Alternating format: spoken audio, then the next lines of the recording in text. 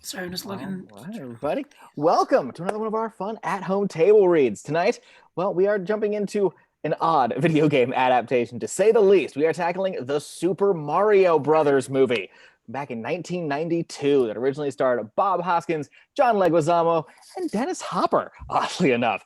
But tonight we have a different cast. Jumping in, well, we're just going to talk through it right now on Action Description, along with a few others. We have Angi. Awesome. As Mario, well, I'm going to be doing Mario. And as my brother Luigi, we got George. Hanging out right down there. Perfect. As Daisy, along with a few others, we have Carina. Perfect. As Toad and Iggy, we have Tyler. Perfect. As Vinnie, Rod, Lenny Young, along with a couple others, we have Johnny. Perfect. As Spike, Simon, a couple band members, we have Mike. He is down there. Perfect. As Lena, Wendy, Pluto, a few others, we have Randi. And as our villainous King Koopa, along with a couple others, we have Paul. All right there, perfect. All right, well, Angi, take us away.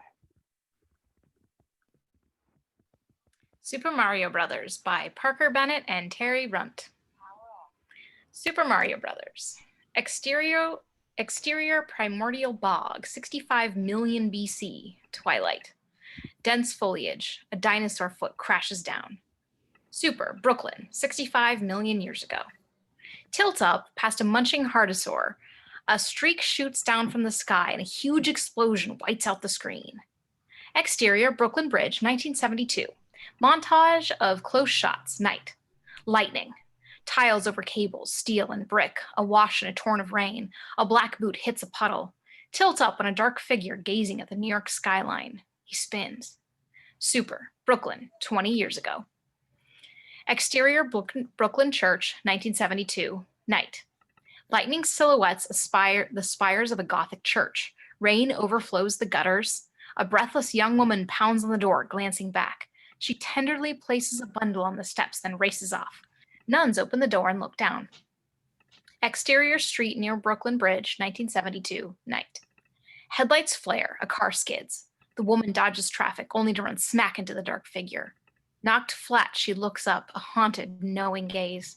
Behind the wet tangle of hair is a striking 20-year-old beauty. He offers his hand. She darts past him to a subway entrance.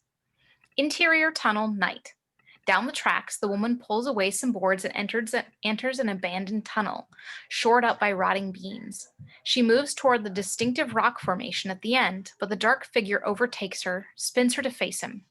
Handsome and intense, almost hypnotic, this is a young Koopa. The woman wrenches free and throws herself at a support beam. Rocks crash down. A falling timber strikes Koopa. He scrambles back out of the tunnel as the ceiling caves in.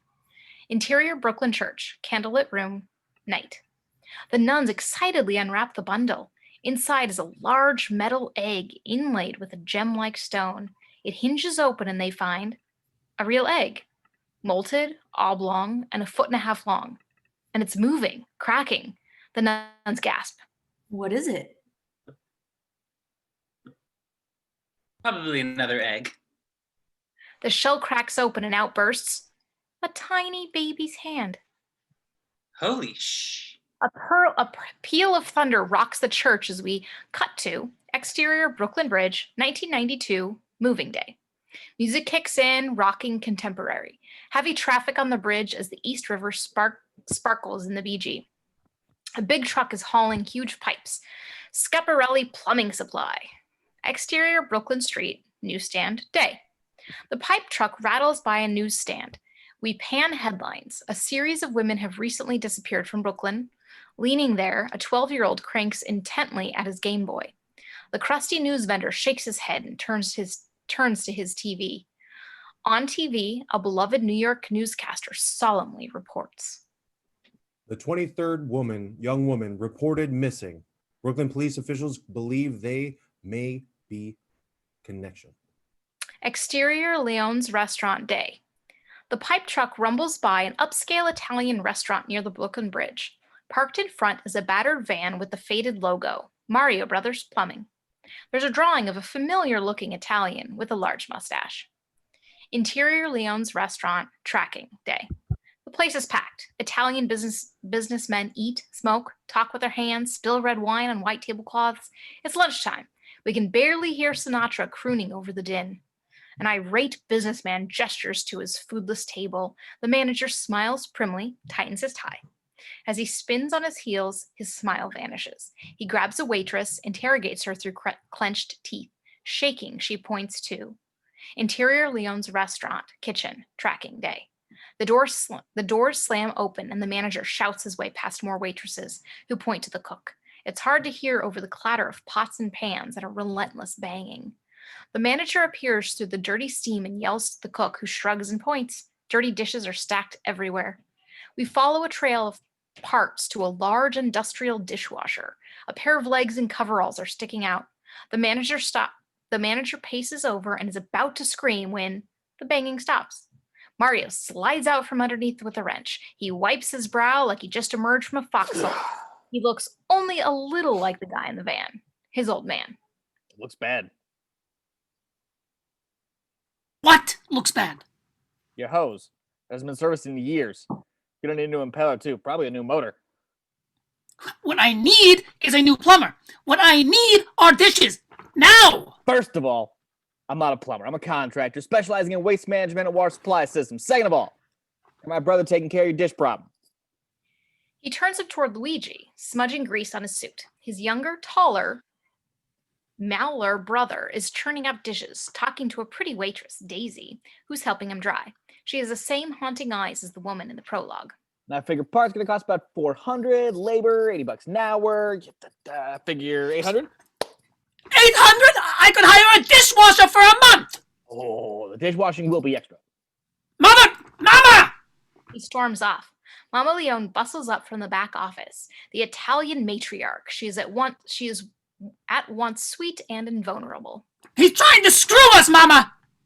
Anthony, this old man Mario's boy, his papa put in our first sinks. She turns to Mario. Sometimes he would come and help us for only a plate of pasta. Mama Leone, I was just telling Anthony about the unfortunate estimate for your dishwasher. Oh, how much? 800. She looks at him for the longest time, like she's waiting for him to break and confess. Then she smiles warily. You're good boys. If you say it's 800, what am I gonna do? Whoosh! The dishwasher starts running. Luigi emerged from underneath, smiling. Mario looks crestfallen, but smiles. You fixed it. Yeah, I remember Pop saying about these old K4s. Sometimes you think the motor's shot and it's just a kinked hose backing things up. Mama Leone hugs Luigi, then shouts to the cooks in Italian. Spaghetti for the Mario brothers. 2 big plates. Interior kitchen, Mario and Luigi, a little later. They're at a folding table with 2 nearly empty plates of pasta. Luigi is trying unsuccessfully to wrap the last of his spaghetti around his fork. Mario looks at him, annoyed. In the future, when you feel the sudden urge to help out, don't. Come on, she's a nice old lady. Luigi, we needed that money. Daisy comes over and gestures to their plates. You finished? Yeah, we're finished. She and Luigi make eye contact. She blushes. Luigi stands. Here, let me give you a hand. Mario grumbles as Luigi walks off with Daisy. Mama Leone comes over and smiles, hands Mario a check. I'd rather give it to you than to that bastard Scaparelli. 200. That's what he'd charge, minimum. Mama Leone, I don't know what to say. Grazie. By the sink, Luigi and Daisy. The manager approaches Luigi and Daisy as Mama Leone exits. Daisy, there are paying customers. I wasn't even supposed to come in. Yes, your birthday. You're old now. You need your rest. If you like, I can arrange to give you forever off. He spins and strides toward Mario. Flustered, Daisy pulls out the last item and sets it on the precarious pile of dishes. At the folding table, Mario and the manager. The manager looks distastefully at the check on the table. Mother wants to know if you'd care for any dessert. Yeah. What do you got? Crash! They turn to see Daisy and Luigi, looking in surprise at a huge pile of broken dishes. Luigi holds up his hands. My fault. My fault. The manager smiles smugly and whisks the check off the table. Mario watches, stunned, as he tears it up. Exit Leone's restaurant day. Daisy catches up to Mario and Luigi, heading for their van. I didn't get a chance to thank you. You really saved my butt in there. Oh no. Thank you. Come on, Luigi. Luigi walks Daisy away from the van as Mario loads tools. Don't mind him. He's my brother. I'm Luigi. Daisy. Are all plumbers as gallant as you? We're not plumbers. Daisy looks puzzled. Luigi hands her his business card.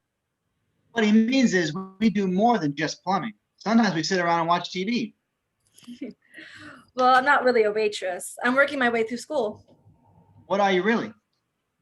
Well, I'm studying paleontology. In my off hours, I dig around in dirt for dinosaur bones. Dinosaur bones. Wow. We're digging at a site just under the bridge. I'm going there now. Oh yeah, I heard about that. Luigi! Mario's gesturing emphatically to the open door of the van. I gotta go.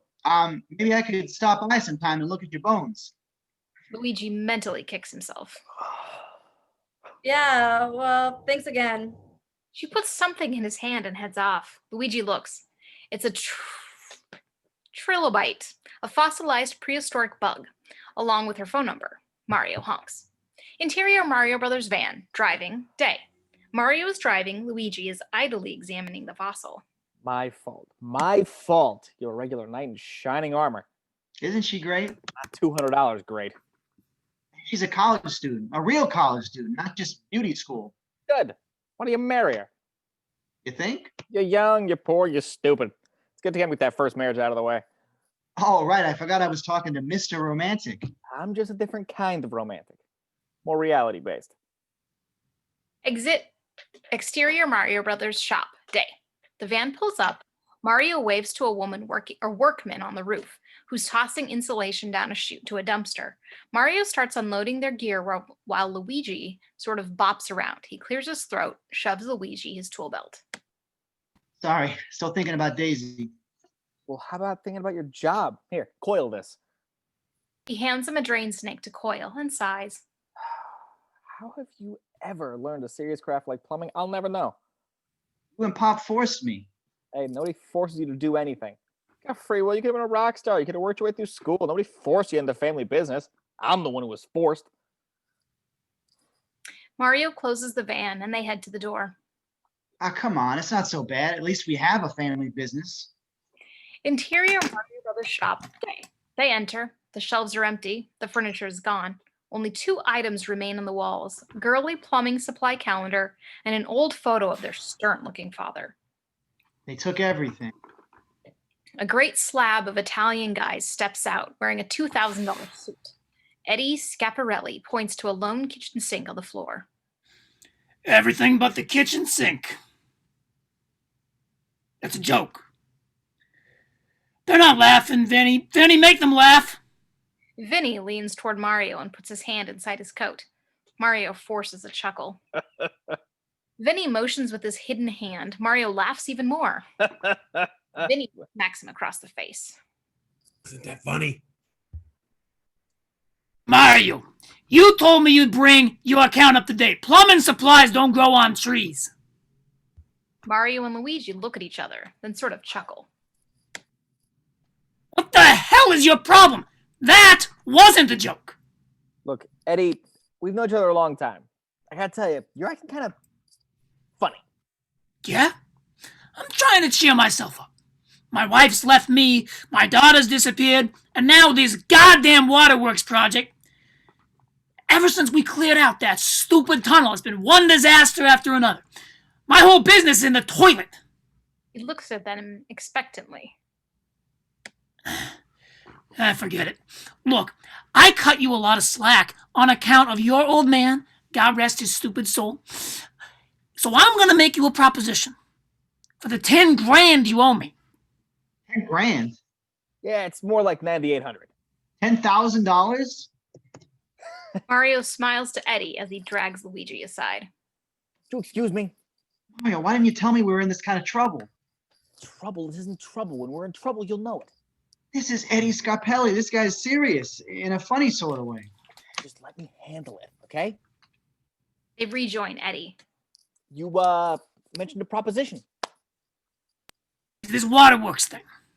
All I got, a few 100 feet of rock to blast through, and these college kids want to go through it with a centimeter at a time with camel hair brushes, all on account of some dinosaur bones. So? So you guys cause a little accident, flood the place maybe. You save me the risk, and I can start blasting. Eddie and the guys look at Mario expectantly. That's a very generous offer, but Forget it. what my brother means is Go grease your head, you fat pig, scumbag, son of a bitch.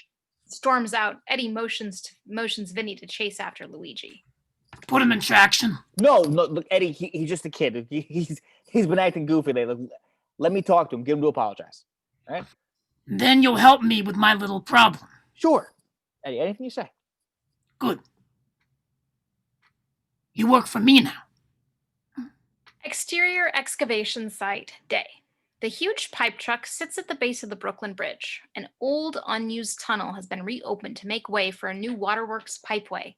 But now all the equipment sits idle. College students are milling about. Some are sorting plastic bags into boxes near a van marked Columbia University. Luigi pulls up in a van.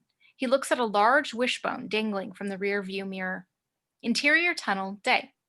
Luigi moves to the brightly lit tunnel and finds Daisy lying on her stomach, gently brushing dirt from a fossil. She turns with a dazed expression, then smiles, seeing Luigi. On her belly, covered with dust, she still looks magnificent. Luigi, you work fast. Yeah, no, I came to warn you. Eddie Scarpelli is planning to flood the dig. What? He hops up. He asked us to do it. I guess we owe him a lot of money. He's going to make it look like an accident. But he can't. Doesn't he know how important this is? Look at this impact quartz. This could be where the meteorite hit. The one that wiped out the dinosaurs 60 million years ago. And here. Luigi is transfixed by her raging. She points all around. All potential new species. This one may even be the missing link. She points to a fossil of a strange creature. The head looks fiercely reptilian. The body beside it looks oddly humanoid. The portions of the bones here, the opposable thumbs, it's like the skeleton of an early human. But pointing to the thrusting jaw full of sharp teeth. It's pretty scary. It's beautiful. It's almost as if he was a monster trying to be a human being. Exterior Brooklyn Street by Daisy's apartment, afternoon. Luigi and Daisy briskly walk. Daisy's brain is on overdrive. I'm going to call Professor Skitsy. He knows what to do. And then I'll come back, finish digging, and make it an all-nighter. Well, maybe I should, come with. You shouldn't be down there alone so late with those girls disappearing and stuff. You don't have to be so protective. Really, even though you saved my life twice in one day now. They reach her apartment building. Daisy gets out her keys. Oh, hey, listen, I know it's your birthday, and since you like bones... Luigi fishes in his pocket and pulls out the wishbone that was hanging from the van's rear view mirror. My old man kept it hanging in the van for luck. I guess he didn't believe in St. Christopher. Luigi, this is really personal. Yeah. A sweet moment. She takes it and looks it over. You're lucky. I never knew my parents. I know more about extinct sauropods than I do about them. I guess I should warn you, I'm kind of different. What do you mean? I've got dinosaurs on the brain. She opens the door. Luigi smiles and shuffles off. Daisy turns and holds up the wishbone. Oh, Luigi, thanks for the bone. What? I said thanks for the bone. Interior Daisy's apartment building. Entryway, afternoon. Daisy enters to find an old nun. Specifically, it's Mother Rita from the prologue. Only now she's really old. Daisy is a little embarrassed. She sheepishly holds up the wishbone. Mother Rita, that was a boy. He Yes, I heard. I remember when they used to give flowers. Happy birthday, dear. I have a gift for you, too. She reaches behind her and pulls out the decorative egg. Interior Daisy's studio apartment, a little later. Daisy and Mother Rita are sitting, drinking tea. The egg is between them. It looks ancient. The intricate metalwork is burnished, and the impressive-looking stone is inlaid on top. Daisy smiles indulgently as Mother Rita dodders on. And then inside that egg was another egg, and the other egg cracked open, and we found you. And I remember I said, well, it's not that important. What did you say? I said, my goodness, what a beautiful baby. Praise the Lord. Mother Rita, this looks like a valuable religious artifact. Are you sure you're supposed to give this to me? Think for a moment. Don't you remember anything about my parents? Flustered, she stands and hobbles to the door. No, you came in an egg. Father Chris made us promise never to say a word, but that was before he dropped out and joined a commune with Brother Tim. It was a long time ago. All right, that's all right. I have to go now. Daisy pecks her on the cheek as Rita leaves. She moves to the egg. The stone is held by a spring mechanism. She pulls it out easily, brushes some dirt off. It glitters. Exterior Daisy's apartment building, afternoon. Two very strange-looking guys watch as Mother Rita leaves. Iggy and Spike nod to each other and head in. Iggy looks like a career bureaucrat. Spike looks like a funky killer. Now remember, we're lawyers. Interior Daisy's studio apartment, afternoon. Daisy is cleaning the stone over the sink. Water bends as it nears. Odd. The door buzzes. She fumbles it down the drain. Great. She goes to the open door crack, chained. Interior Daisy's studio apartment, outside her door, afternoon. Iggy and Spike are trying to look lawyerly. Hello, miss. I'm Alan Dershowitz. This is my partner, Clarence Darrow. Yeah, you call me Spike.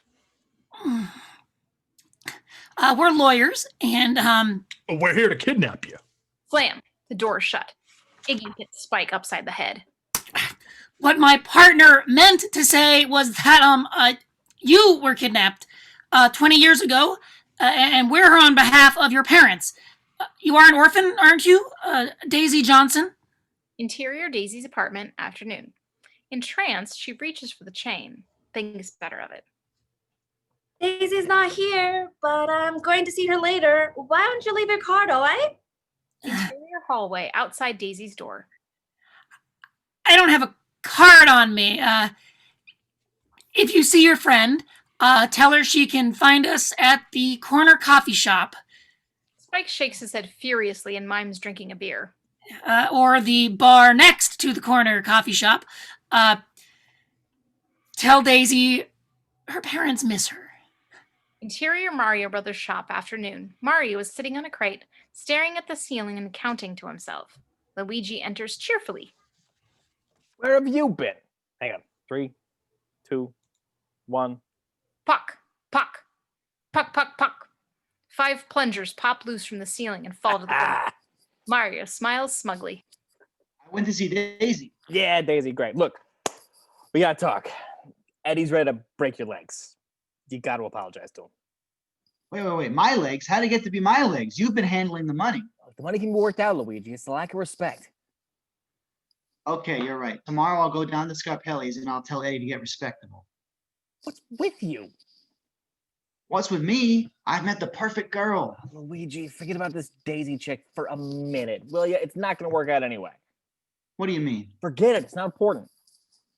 Oh, you don't think it'll work because she's a college chick and I'm some sort of idiot. Is that it? I'm just telling you so you don't get hurt. She's a pretty college girl. Last thing a girl like that needs is a plumber. Ring. Mario picks up the phone. It's Daisy. She needs a plumber. Interior bar next to coffee shop, afternoon. Spike and Iggy are drinking Bloody Marys. Spike looks at his drink, disappointed. Iggy fumbles for his D-gel tablets. But do what I do. When I get nervous about my job, I kill somebody. Well, you're a professional killer. Right. So it works out good. Look. It's her. It's got to be her. Relax. But if it's not, you know what Koopa said. Don't bother coming back. Gee, I'm shaking. That would be awful. He'd send someone after us. We'd always be looking over our shoulders, waiting for something awful to happen. If we go back, we can look forward to something awful. Well, there is the security. But I like this place. They got everything here. Perfectly edible people lying right in the gutters. Look, stop talking about it, okay? Stop even thinking about it. Why? Why? Because Koopa told me the minute you started talking like that, I'm supposed to whack you. That's why. Yeah? Well, he told me I should whack you. Iggy looks hurt. Spike pats him on the back and stands. Come on. Let's go get her. Interior Mario Brothers van driving. Afternoon. Mario is honking at the traffic. Okay, so we do this little favor and then we'll call Eddie? I'll tell you, Pop never would have apologized to scum like Eddie. Yeah, well, Pop's old world, okay? This is the real world. Try it sometime. Luigi shakes his head, looks at where the wishbone once hung. Interior Daisy's apartment, outside her door, afternoon. Luigi buzzes, then knocks long and hard. No answer. Where could she be? Just playing games with you. Probably didn't even have a plumbing problem. Luigi shakes his head and points to the water flowing from beneath the door. Mario tries the door. It swings open. Daisy? Interior Daisy's apartment, tracking to the sink, afternoon. Water cascades over the sides, splashing to the floor. Mario shuts it off. There's a weird vortex in the sink. Luigi checks the garbage disposal switch, then reaches in and pulls out the stone. It's not even wet. That's strange. He pockets the stone and they leave. Interior Mario Brothers shop, afternoon. Mario and Luigi walk in. Eddie and some goons are there. The sink is now gone. Eddie! You took our sink. It's in the car. We're going to use it to mix cement. What's the matter? I told you we were going to help you out. Luigi looks stunned. He glares at Mario. You did? Yeah.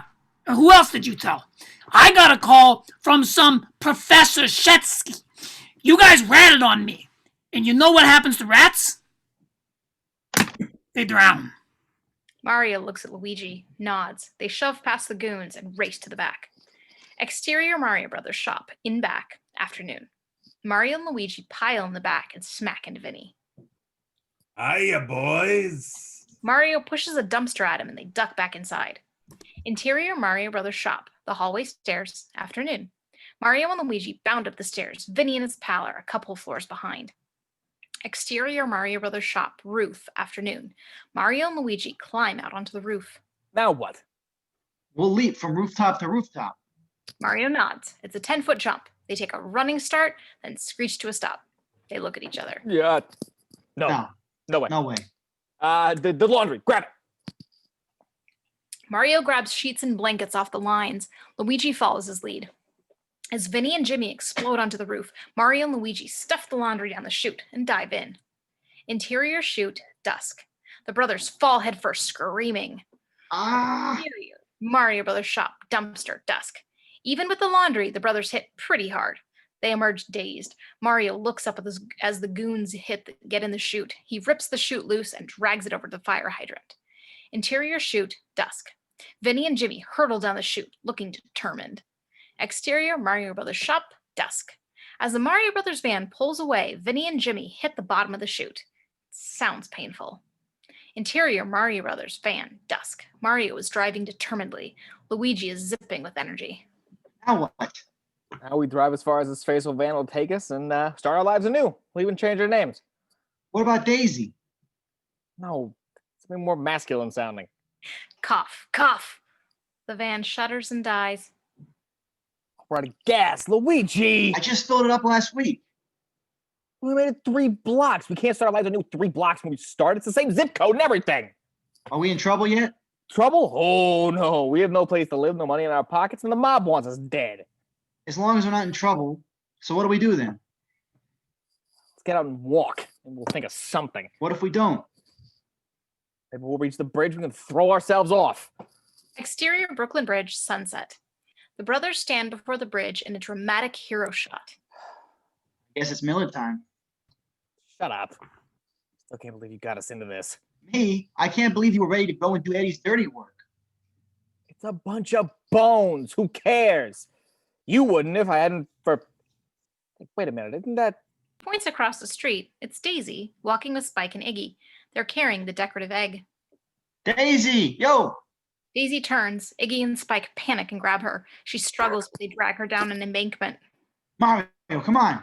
They take off in hot pursuit toward the excavation site. Exterior, excavation site, night.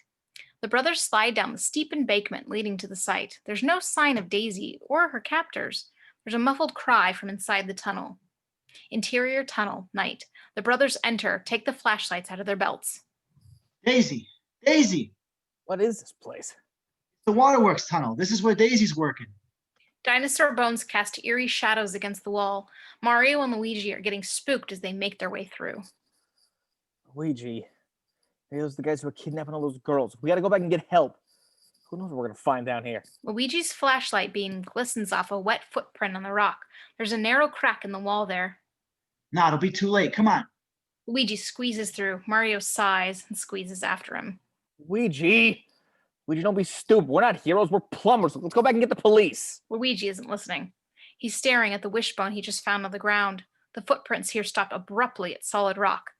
The same rock formation we saw in the prologue. Maybe there's a hidden passage. Suddenly, the wall ripples. Daisy bursts through. Help, Luigi!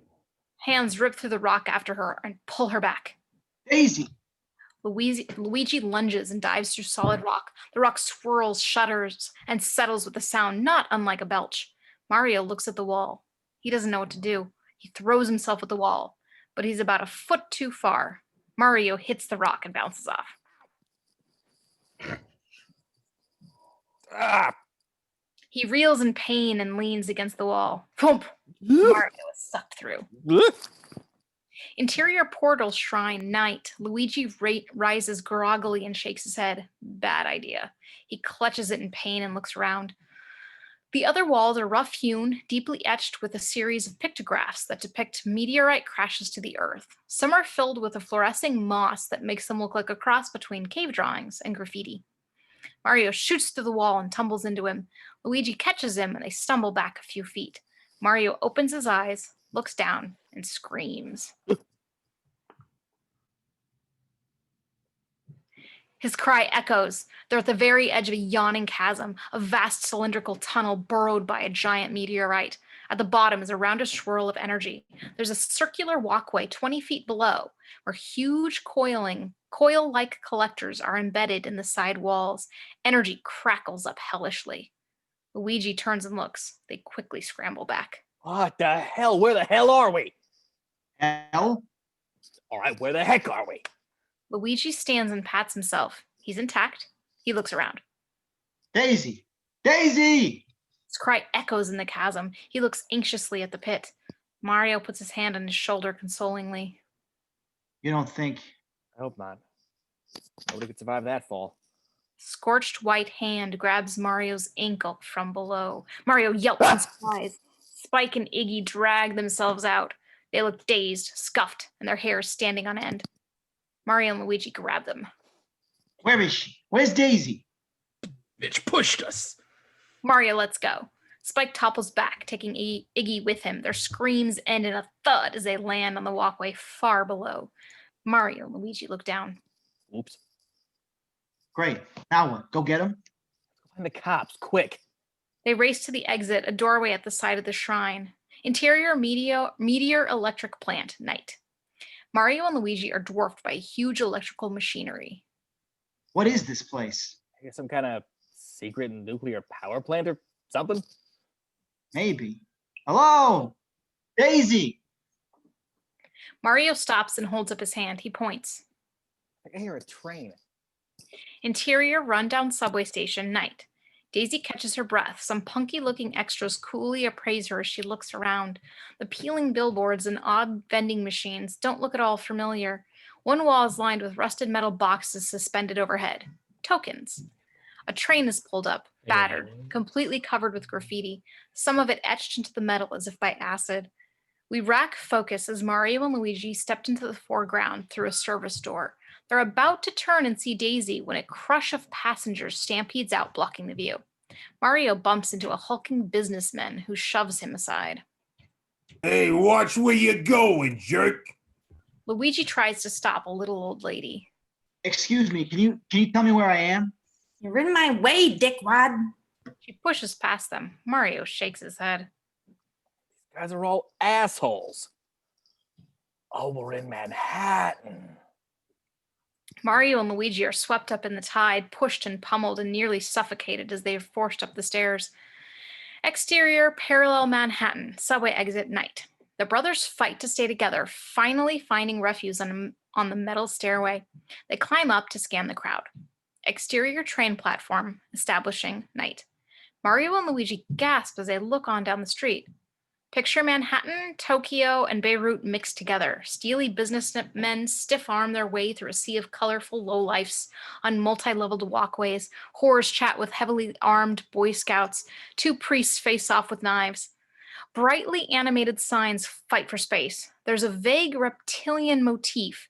Tex Rex, a restaurant. Fleshworks, a tattoo parlor. That death joint, a weapons shop. A sporting goods store sells air stompers. Just stomp it. A towering nightclub dazzles with neon. The Koopa Cabana. Something strange here. The city, it's different. Yeah, but we haven't been here in like 5 years. I guess they fixed the place up. Luigi scans the street, worried. She could be anywhere. There, way down across the street, someone who looks like Daisy enters a doorway under a flashing marquee. Hey, that's her. Daisy. Luigi leans forward against a railing. It gives way as the cement beneath it strangely crumbles. Mario pulls him back as a section of railing topples. We hear cursing below. Mario pokes the crumbly cement with his toe. Tiny mushrooms are sprouting there. Luigi pulls Mario to the stairs. Come on. Exterior, parallel Manhattan street, night. The brothers push through the crowd, taking it all in. Suspended high over the streets is a wire mesh. Sparks rain down as some kids try to skateboard over the net on a dare. The net powers the cars below, which have telescoping rods tipped with spring-mounted Tesla balls. All of the cars are battered beyond recognition, painted in Indian war colors. As we tilt down, a blue flash and an insect zapper sound come from above.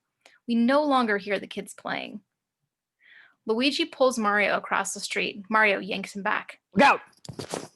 They jump back as two battered cars hurtle toward an empty parking spot. They collide violently and slide into the space in a heap. The drivers, two housewives, force open their crushed doors and walk off chatting and gossiping. Luigi shakes his head, pulls Mario along. They pass a sign, no spitting. It looks like it's been eaten away by acid. A strange fungus pervades the street. Whole sections of pavement and buildings have crumbled away and been hastily patched over. Luigi leads Mario to where Daisy entered. The marquee reads, Portal Rama, live review. A bass beat throbs inside. The woman Luigi saw does look a lot like Daisy. So do the other women milling about. The same hair, the same build. One of them turns, an unusually attractive prostitute. Hey, boys. Want to get flayed? They shake their heads. Mario prods Luigi along. Come on, let's go get a phone.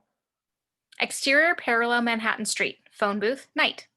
The brothers come to a phone booth on a corner. A hulking, well-armored, monolithic phone booth. Its neo-constructivist corporate logo glows ominously, flashing as Mario approaches. Warning, you have breached the perimeter. Please stand back. Mario looks at Luigi, shrugs, then takes another step closer. The two flamethrower turrets rise from the booth and hone in. If you'd like to make a call, please enter your coupons now. You have exceeded the time limit. Please try your call again later. Mario jumps back as flames shoot out of the turrets. Then, a high-pitched whistling rockets down.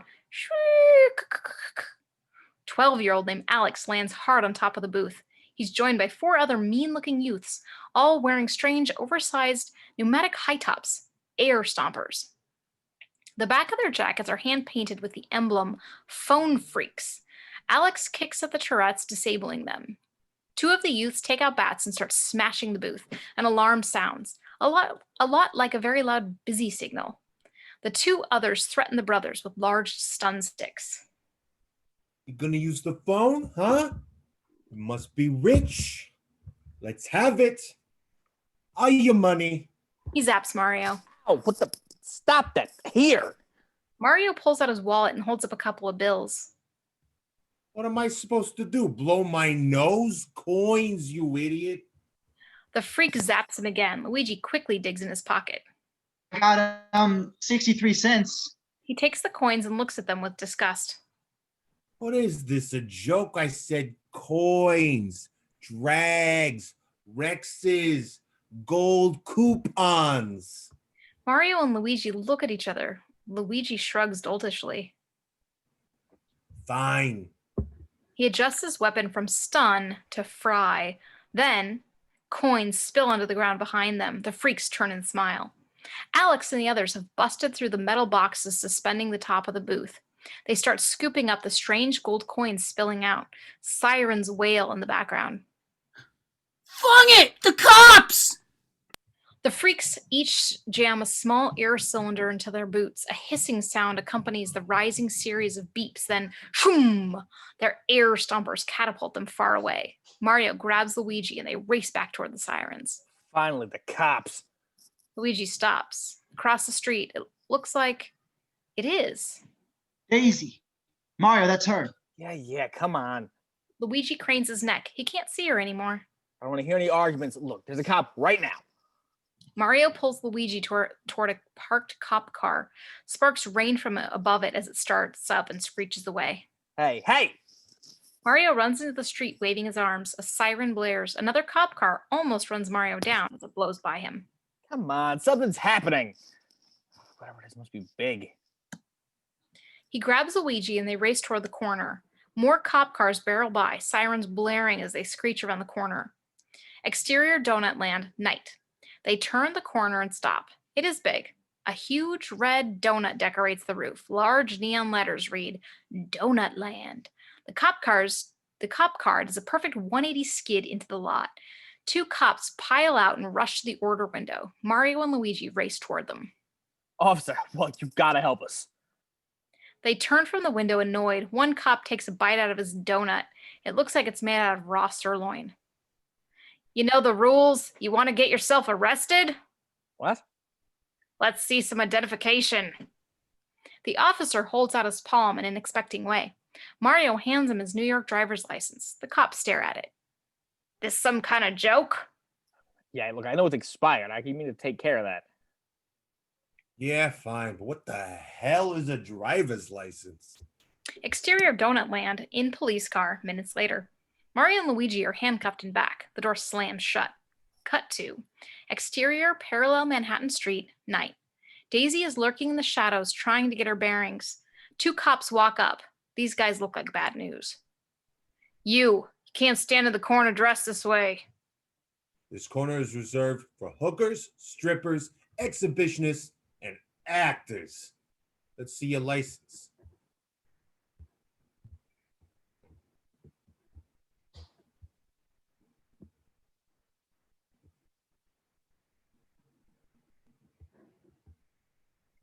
I was just. Save it. You're coming with us. Interior police car, back seat, driving, night. The back is torn up like it's been used to transport wild animals. At the moment, however, it contains Mario, Luigi, and a wiry, hyperkinetic, homeless-looking guy named Toad. Mario tries to ignore him as he addresses the cops up front. Look, listen, I'm telling you, we can take you right to him. The guys who've been kidnapping those girls all over Brooklyn. We'll be heroes. In the front seat. Wait a minute. Did you say Brooklyn? The two cops look at each other. One picks up the radio. We got a possible 1658. Says he's from Brooklyn. In the back, Toad pipes up. I've heard of Brooklyn. It's a myth. It's mythological, unless you believe my theory. Shut up, you Toad. What theory? This whole place. It's not even a whole place. It's a sub-dimension. As he rambles, Toad's face twitches disconcertingly. See, the real dimension is all around us. Only we don't get to see it on account of we're sub-dimensional. Great theory. Very interesting. Thanks for sharing. Mario makes the universal sign for raving loony. See, that's why everything around here is so whack. I mean, face it, the place lousy with fungus, the music just isn't happening, and Koopa? Forget about it. Circle slashed on that guy. Big international circle slash symbol with his finger. Cooper? Who's Cooper? Koopa, where you been? Desert land? Everybody knows who Koopa is. He points outside as they drive by a billboard. Huge block letters announce, "Re-elect Koopa, the statesman." Behind the sign, a parallel World Trade Center. One tower is dark and foreboding. The other gleams against the night sky. Cut to interior Koopa's tower. Koopa's suite, night. Towering crystalline windows look over the city. One side is Koopa's lone computer console. The other is his bedroom. A spacious bed, a banquet table, a sunken pit with a bar. The marble floor is strewn with torn sheets, gutted pillows, champagne bottles, and the remnants of a 12-course meal. Far from the bed, a fiercely sexual woman lies stretched on the floor, panting with exhaustion as she smooths her reptile skin dress. This is Koopa's secretary, Lena. That was incredible. Now, let's have sex. Outside Koopa's door, Iggy's about to knock. He's holding the egg. Are you sure we should disturb him? You kidding? When Koopa sees this, we'll be heroes. Okay, but remember last week when he killed Larry because he interrupted him eating a cracker? Iggy pauses, then knocks. Echoing footsteps approach. It's, Ike and Spiggy, Iggy and Spike. We got the egg. Koopa opens the door, draped in a warlord's robe, glowing with sweat. 20 years older than in the prologue, he now exudes even more power and charisma. He ushers them in. Mr. Koopa, don't you think we should finish that memo? No, Lena. That'll be all for now. Lena looks startled as he pushes her out and slams the door. Exterior police station, night. Mario, Luigi, and Toad are hauled from the back of the car. All right, out. They exit, a little dazed. They're by the waterfront now. No, I'm getting this weird feeling, Mario, like we're on a different planet or something. Mario is staring out the water. He points. Wait a minute, where did that come from? Insert the Statue of Repression, night. It resembles the Statue of Liberty, only the lower hand holds the torch and the upper one thrusts up a burning book. The spikes in her crown continue down her back and to her tail. Statue of Repression? It's a gift from the amphibians. Everybody knows that. Interior police station, control station, night. Mario, Luigi, and Toad are dragged before an officious desk clerk named Simon. He scowls at Toad. You again. Put this Toad in his usual cell. They haul Toad away. The clerk looks at Mario. All right, behind the line. Empty your pockets, the belts, everything. The brothers comply and surrender their tool belts. Name? Mario. First name? Mario.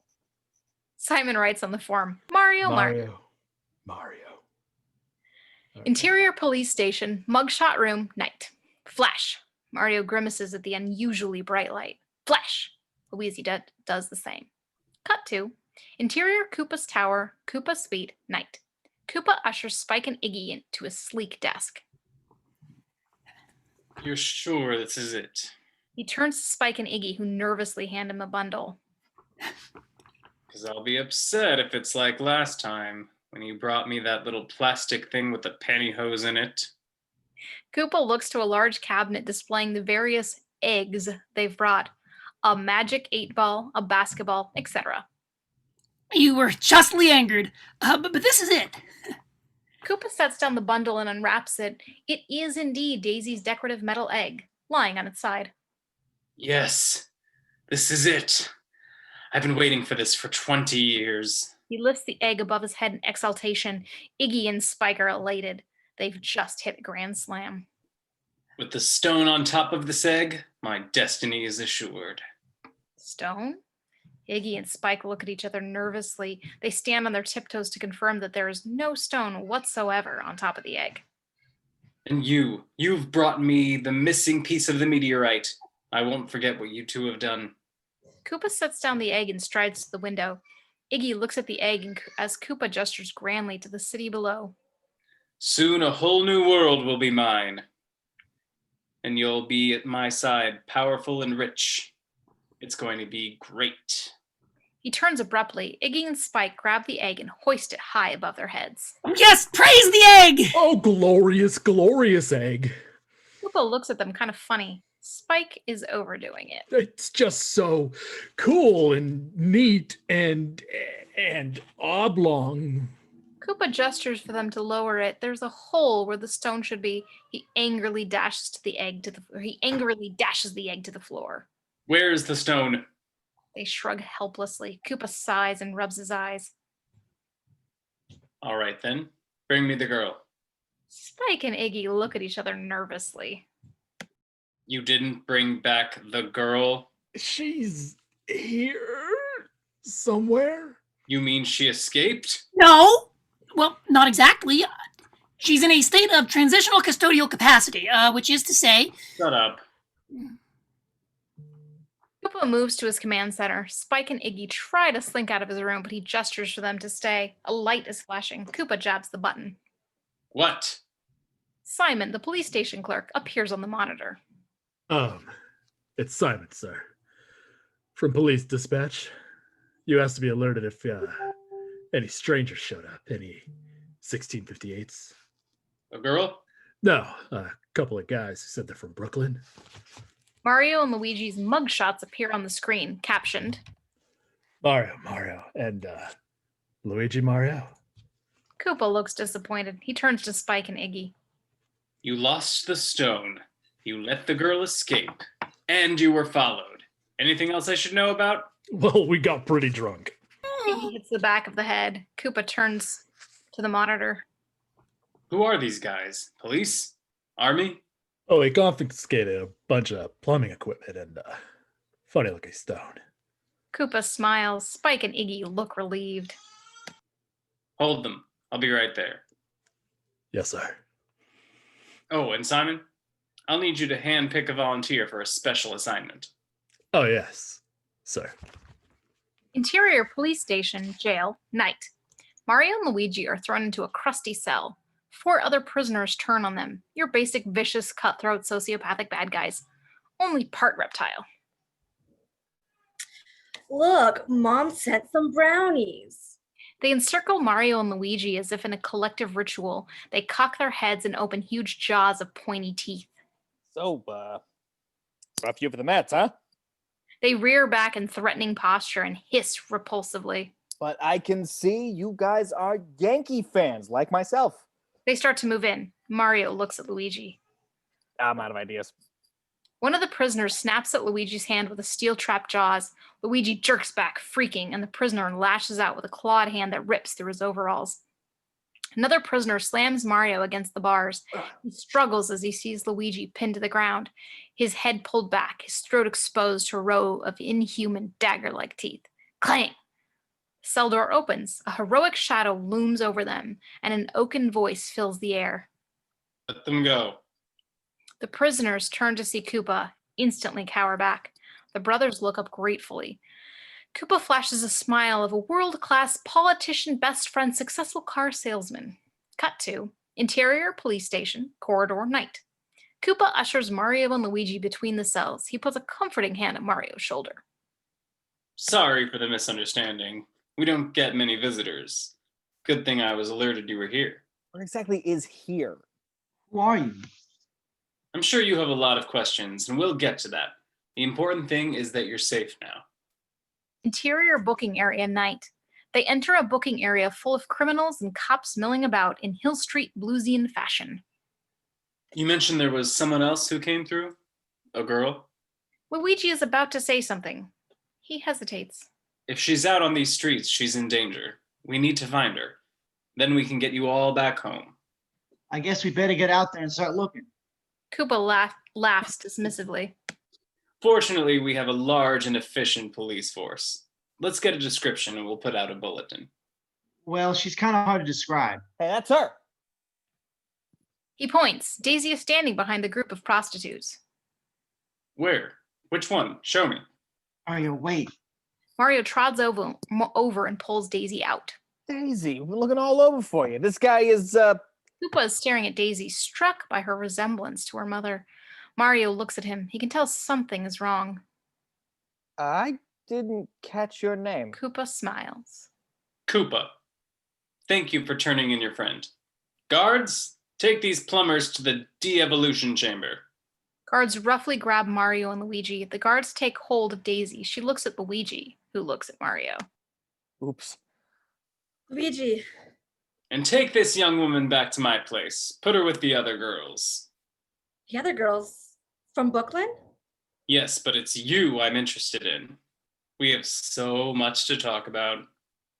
Interior prison, de-evolution chamber, night. Mario and Luigi are in line that stretches around a corner. Look, they had her anyway. It wasn't my fault. All right, maybe it was. We gotta save her. All of them. Did you hear what he said? They're here. All the babes from Brooklyn. They're alive. Great. Doing better than we are. Maybe they'll come and save us. They come around the corner and see their fate. A bizarre-looking chair sits on rails. The rails lead to a huge funnel that extends down from the ceiling. Mario and Luigi stand in a line of prisoners leading to the chairs. Through a round porthole-like monitor at the bottom of the funnel, Mario and Luigi see the man's head transform. The chair slides back, and two guards escort the guy out. He looks like some sort of half-man, half-turtle. We gotta get out of here. You get used to it. I've been de-evolved a couple times. Did me a world of good. Toad is up ahead. Mario looks at him, then nods to Luigi. We gotta get out of here. Cut to interior Koopa's tower, holding area, cell, night. A cross between a dungeon and a dormitory, the 23 attractive young Brooklyn women are being held there, 6 to a cell. Some play cards, some read magazines. They all look bored. Daisy is pushed inside by 2 guards. The door slams shut. Hi, I'm Daisy. They ad-lib greetings. One steps forward like she's in charge, lithe, toughed, dressed in black. She looks like she could be a bad influence on Madonna. This is Daniella. Anyone doing anything to get us out of this dump? Others pipe in. What's going on? Where are we? Did the Mets beat the Mets beat St. Louis, etc.? Daisy shakes her head. Nobody knows we're even here. Great. Thanks for the sunshine, Daisy. Well, at least you're all alive. You call this living? I mean, look at my nails, look at my hair. The food here is putrid. We have to drink tap water, and they don't have any cigarettes. And now, you. It's more than I can take. I feel for you. Does anyone have any useful information? The other women laugh at this. Go ahead, we'll see who laughs when my father gets us out of here. What, is your father a comedian? My father is Eddie Scaparelli. Eddie? Big Eddie? I'm just met a guy who does business with him. You're dating a professional killer? He's a plumber. Oh. Figures. Interior prison, de-evolution chamber, night. Mario and Luigi watch another mutated prisoner lead away. The really nasty ones get trained for Koopa's elite guard. Goombas.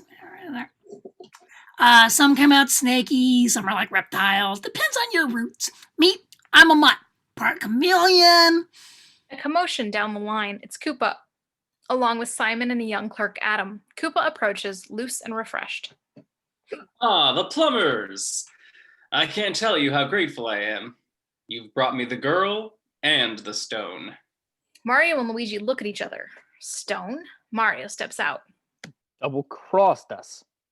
Don't think of it as a betrayal. It's politics. You did me a favor. I'm deeply indebted to you. So now, I'm going to have you killed. Simon, is this our volunteer? Well, actually, sir, Adam wanted the job, but I'd consider it a great honor if you would let me. Fine. Strap him in. A demonstration for our friends. What? You volunteered, and besides, you know how much I hate ass kissing. Put him in the chair. Yes, sir. Can do, Chief. Right away, sir. Oh, duh. Simon is pushed in. The chair automatically does the rest. A collar slaps around his neck, spraying jets of lubricating fluid. Then a bar springs up between his legs with a second collar that locks his head in place. The chair slides back, slamming under the funnel with a clunk. The guard moves a lever, a tiny click from 0, a blast of steam. Light streams up from the collar as the chair raises up, positioning Simon's head under the funnel. His face appears in the monitor. We hear his muffled screaming.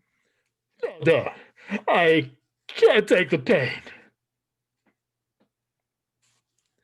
What pain? It's over.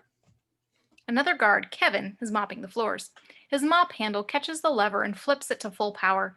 The machine shrieks and Simon disappears in a swirl of steam. Simon slides back, a smile frozen on his face. As the chair slams to a stop, his whole body sloshes forward, spilling out onto the platform in a puddle of primordial ooze. The guard looks at the guy with the mop. He shrugs stupidly. Kevin. Koopa steps out of Kevin's way as he starts mopping up Simon. He turns back to Mario and Luigi. Well, you get the idea. It'll be interesting to see what happens to you. I understand your people evolved from bunny rabbits. Monkeys. Whatever, mammals, cute furry things. That's like a cute furry fist. Mario steps forward. Koopa snaps his head in a strange snake-like motion. A jet of spit splatters to the floor by Mario's shoe. It hisses and crackles on the cement. Acid. Luigi rushes to Mario's aid, but Mario holds up his hand. Fine. We're bunnies. What the hell did you evolve from? Tyrannosaurus Rex, king of the lizards. Now let's get on with it. I've got a hot date. Luigi lunges forward with a clenched fist, but Mario steps in instead, throwing a walloping punch at Koopa's jaw. Koopa takes a step back, rubbing his jaw. How cute. A rabbit punch. As he stepped back, he hits a puddle of Simon and slips right off his feet into the de-evolution chair. Slap, slap, whoosh, clunk. The machine automatically hurls Koopa back. The guards shout and scramble to shut it off. It's chaos. Mario and Luigi race to the end of the hall where an alert guard is coming through the gate with a flamethrower. He levels it at Mario and Luigi and flicks on the pilot light. Suddenly, a section of wall reaches out and grabs the flamethrower. It's Toad. Being part chameleon, his skin is able to blend in with the wall. He clubs the guy with his own weapon. He's already changing back to normal. Toad grabs his clothes from the floor. Mario and Luigi look at each other. What chameleon? Come on! They race to the gate, locking it behind them. Toad fries the computerized lock with a flamethrower.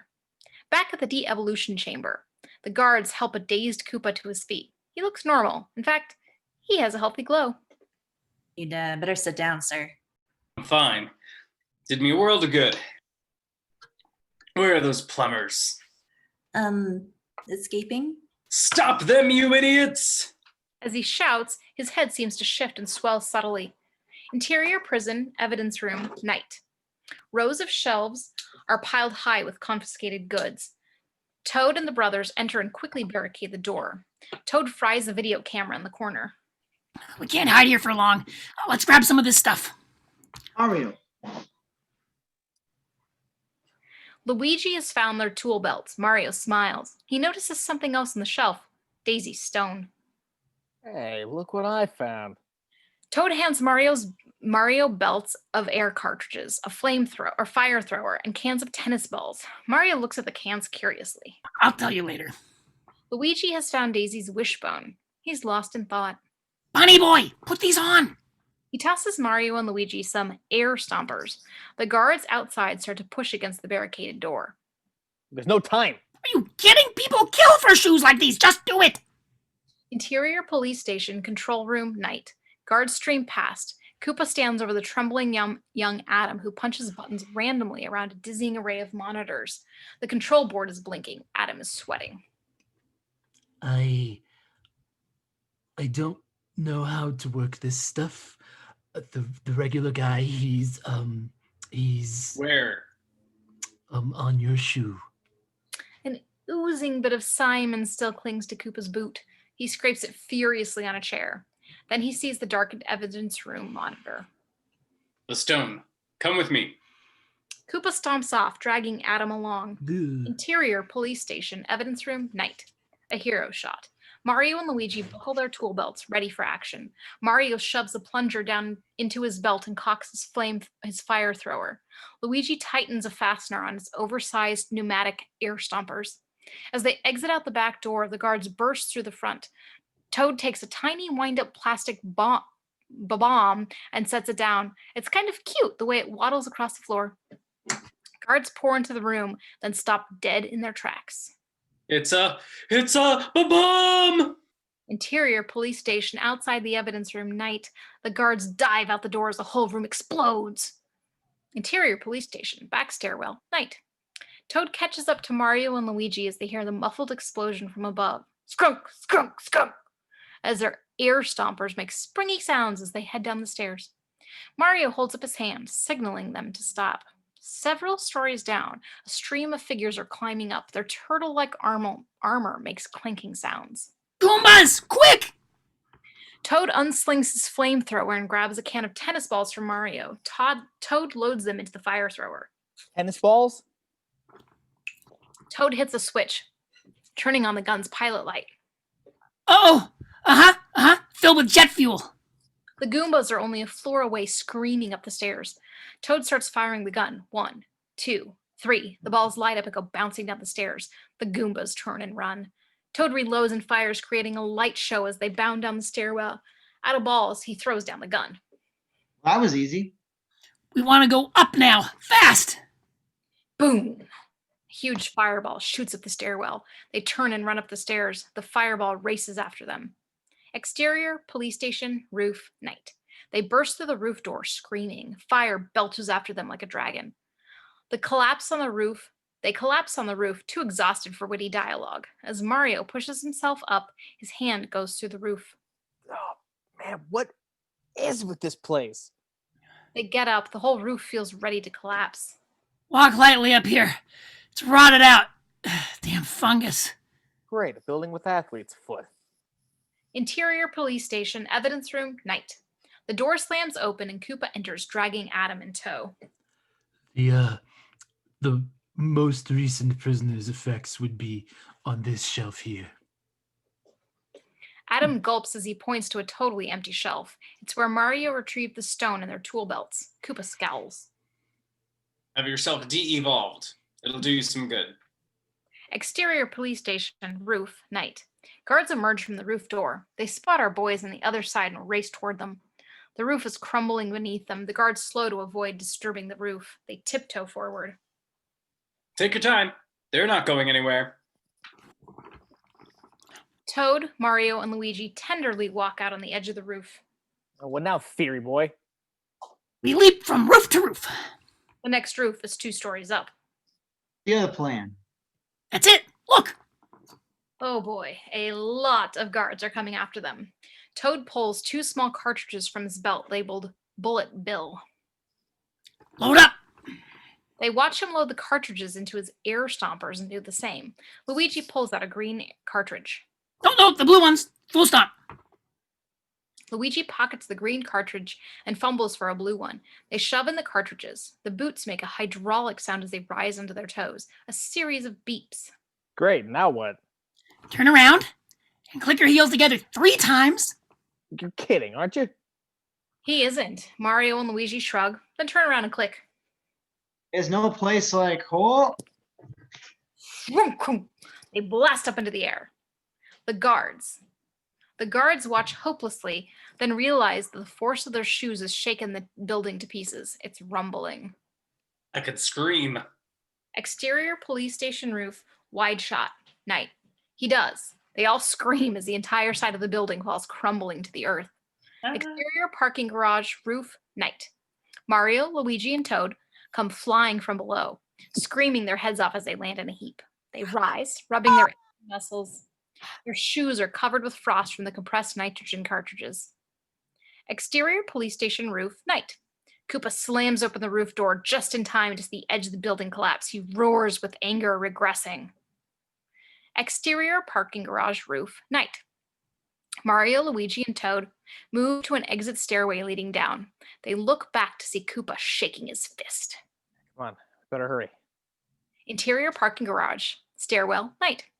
Mario, Luigi, and Toad climb clamber down. Skrunk, skrunk, skrunk. Their air stompers echo on the metal steps. Shh. Skrunk, skrunk, skrunk. Mario whispers. Why do we have to be quiet? They reach the ground level. Toad pushes open a door. Interior parking garage, police level, night. It's the police parking garage with a dozen police cars. They duck back in the doorway. Luigi peeks out again. Hey, nobody's here. One cop is idling. They move toward it. Or one cop car is idling. They move toward it. 24 cops walk in eating meat donuts, discussing the roof mishap next door. One of them spots them getting into the squad car. You get away from there. What are you doing? Just coming over from maintenance. Gotta call and check this baby out. Mario holds up a pipe wrench hopefully. A few other cops are walking over to join the suspicious cop. Yeah, what is wrong with it? Unintended acceleration. He jumps up and slams on the accelerator. The squad car squeals toward the exit. Cops dive out of the way, then rush to the other cars to chase after them. A black and yellow gate arm comes down to the exit. Mario crashes through it. The broken pieces tumble into the air. Interior Mario's police car, night. The windshield is smashed web of glass. Mario can't see a thing. Luigi clears the glass out of the way with a pry bar and sees. A battered bus is heading right for them. Mario swerves. Exterior parallel Manhattan Street, night. Mario's police car spins and smashes into another vehicle. Sparks rain down as the electric rods skip over the grid. Mario backs up. Smash! He hits another car, which backs up, then accelerates into Mario for another hit. Crunch! Mario sideswipes another vehicle, trying to escape. More sparks. It looks like a cross between bumper car ride and a violent demolition derby. Sirens blare. The other cops stream out. But now Mario has started a chain reaction. Cars smash into cars pell-mell. The drivers seem happy for an excuse to get back at the cops. They crash into a cop cars at random. Mario's car is boxed in. A battered Pitmobile stands between them and a clear road. Interior Mario's police car, night. Mario searches the dashboard. Wham! They take a hit. Toad cringes him back. Luigi, see if you can find a siren or something. Luigi hits a button. A gun turret whirs from the hood and fires a stream of acid soaking the Pitmobile. Exterior parallel Manhattan Street, night. The driver scrambles out as the entire car dissolves into a puddle. Mario floors it and drives right through it. The squad cars swarm through the gap in hot pursuit. Interior Mario's police car, night. Mario, Luigi, and Toad are jazzed. We gotta get one of those for the van. Toad suddenly points. A huge street soiler is rumbling into their path, spewing vile debris. Exterior, parallel Manhattan Street, night. Mario swerves hard, scraping along a wall. Just as they reach the mammoth truck, a gap opens and they scrape through. The cop cars follow right behind them. Interior Mario's police car, night. These guys are cooking now. Toad and Luigi point. They're heading right for a railroad trestle. Exterior parallel Manhattan Street, railroad trestle, night. They hit the trestle. The cement disintegrates harmlessly, infested with fungus. Mario regains control of the car and floors it. The elevated track, however, crashes spectacularly to the street, bringing the elevated train down with it. Interior police squad car by railroad trestle, night. Two cops look up with alarm and disbelief. An entire train is running down the street in front of them. Exterior parallel Manhattan Street, railroad trestle, night. Half a dozen squad cars crash into the side of the train with a cacophony of breaking glass, crunching metal, and cursing. Cut to interior Mario's police car, night. Mario cruises down a straightaway. The city recedes as they reach the outskirts. Toad is enthusing about their escape. Saved by the fungus! What is with this fungus anyway? Oh, it happened after Koopa took over. The whole city started rotting away. It's karma. You mean what goes around comes around?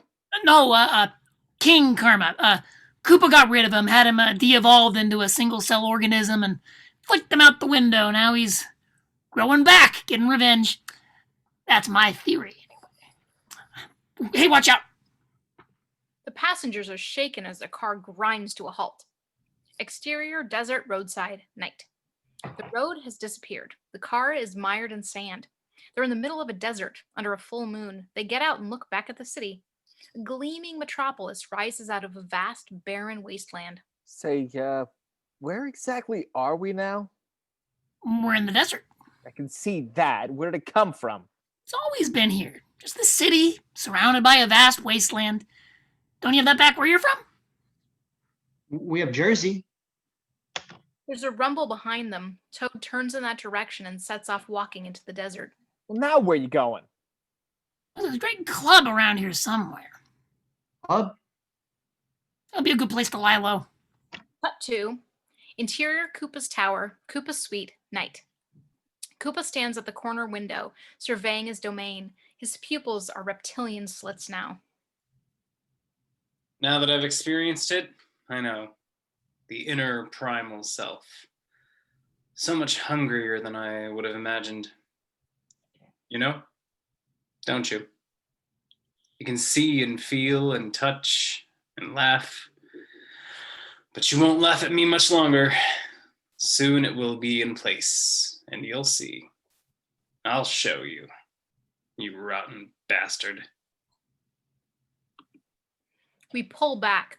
The raised platform Koopa's desk is on has slid back to reveal an elaborate sunken pit. Rising from the pit is a slinking, pulsing mass of fungus. Interior Koopa's tower, holding area, cell, night. The door opens. 2 guards enter and take Daisy by her arm. Koopa wants ya. You can't just drag one of us out of here. What does he want with her? Dinner. Daniella shoots Daisy a look. Aren't we special? Interior Koopa's tower, Koopa's suite, night. The platform covers the fungus pit now. The 2 guards enter with Daisy. She's furious. Look, who are you? What do you want with us? It's just you I want. This makes Daisy understandably nervous. She steels herself. I'd like to go home now. You are home. She looks at him. She can sense the truth in his words. Those 2 guys said I was kidnapped as a baby. They mentioned my parents. Are they here? I mean, you're not my father. She turns. Koopa looks massively irritated. No. Koopa seems a little flustered as he moves to his private elevator and hits a button. Both your parents were killed during an uprising here 20 years ago. Your mother was part of a ruling elite, the Portal Keepers. I don't really look old enough to be your father, do I? Look, what do you want from me? He smiles charmingly and leads her to the elevator. Interior Koopa's tower, dimensional device room, night. The elevator doors open. Guards stand at attention as Koopa escorts Daisy to a huge metal sphere in the middle of the room. Actually, it looks sort of like an egg. Its surface is etched with the same pictographs we saw near the portal. It is battered and scorched from failed attempts to open it. The Portal Keepers jealously guarded their secrets and the power of the meteorite, but this most of all. Thick cables trail down from a control panel to a metal plate on the floor. Koopa drags her over to the plate. As the last of the Portal Keepers, you share their unique genetic traits. You hold the key. The key to what? He pushes her onto the plate. The whole apparatus lights up, scanning across Daisy's body. The control panel hums. Wide shot, the sphere. A network of glowing lines spreads out over the surface. Large sections rotate and detach like a Chinese puzzle. Finally, the sections open. Inside is another metal sphere. Koopa looks annoyed. Then it begins again. Only this time, the section's iris downward toward the top. What is it? Koopa smiles as he approaches. The device inside looks like a photographic enlarger, but not as sturdy. A depression at top matches the shape of the stone from Daisy's egg. With this device, I will rejoin the dimension we were split from millions of years ago. This city will merge into your world as its new capital. I will be its king, and you. He trails off. What about me? You must be hungry. Please come and join me for dinner. Exterior desert, night world, night. A tent-like structure half buried in the sand. A strong drum beat throbs from inside. It's a desert nightclub. Interior night world, night. Desert dwellers dance on the floor and thrash in the shadows. A percussion-heavy, hard-rocking ensemble is playing on a rough wooden stage, the Saris. Toad leads from the brothers to meet his friends, Mannis, Fodor, and Freeman. They are well-meaning, liberal types, total misfits in this reptilian world. A waitress brings a plate of appetizer. Mario digs in before realizing it's raw meat. He put it back, looking for something to wipe his fingers on. Mannis gestures to Luigi, sitting there glumly. Hey, what's the matter with him? Koopa hyped his girlfriend. Koopa, man. What were we thinking when we voted for him? You elected this guy? Well, sort of. You can vote, but only for Koopa. You can vote for Koopa the Statesman, Koopa the Despot, Koopa the Stud. This, in our opinion, does not constitute a true democracy. Why doesn't someone run against him? They think about this. Well, Koopa the Sensitive ran, but... No, I mean someone other than Koopa. Oh, I don't know, man. Koopa wouldn't like that. No wonder this place sucks. You guys are pathetic. This Koopa takes charge of things. They sort of look down at the table, ashamed. It's just we're herbivores. We're not confrontational by nature. Herbivores? Then why are you eating raw meat? They stop in mid-bite. What are we supposed to do? Call the waitress over, tell her this isn't what we ordered, and ask her to bring us what we want? Yes, damn it. You can't go through life accepting whatever Koopa puts in front of you. If everybody hates him, why don't you get together and kick the son of a bitch out? Well, it's against the law, that's why. Wait. Mario's got a point. I mean, what do we gotta lose? How can things get any worse? He could kill us, that's how. We can't kill us if we all stick together. We gotta face our problems, stand up to authority. People scream as the door bursts down. The raid! A dozen uniformed troopers storm in, the energy police. Club patrons run in terror as they unplug and confiscate the band's equipment and start rounding up the club's personnel. The energy police, run! Run away! If we run away together, they won't be able to catch us. Oh, yeah. Oh, yeah. Toad hustles Mario, Luigi, and his friends out the back. Cut to interior Koopa's tower, Koopa's suite, night. Daisy is brought before an expansive bouquet banquet table. The room's been straightened up since we last saw it. Koopa smiles, gestures for her to sit across the table from him. Your two plumber friends are safe, by the way, but they've run off. It's too bad. All I need is that stone and everyone can just go home. He casually takes a bite. You wouldn't have any ideas where that might have gone to. She shakes her head. Koopa picks up a bloody chunk of raw meat and scarfs it down. He gestures to the table. I'm a vegetarian. I only eat vegetables. I know what it means. It's just, you seem so vital and alive. Isn't it terribly boring? Yeah. Well, it's an endless battle, isn't it? It's always a struggle denying your appetites. Me, I'm a carnivore. I have an endless desire for flesh. He's looking at her pointedly. She's looking nervous. His face twitches involuntarily and he looks away. Yeah, well, as human beings, we learn to suppress our animal instincts. I mean, sometimes you feel like killing someone. That doesn't mean you go out and do it, does it? Not always. Look, there's something you should know. You and I, everybody in this world, we're different from the people in that other place you come from. Brooklyn. Right. Those people evolved from bunnies. But we are reptiles. We evolved from dinosaurs. Daisy is looking at him like he's daft. Oh, really?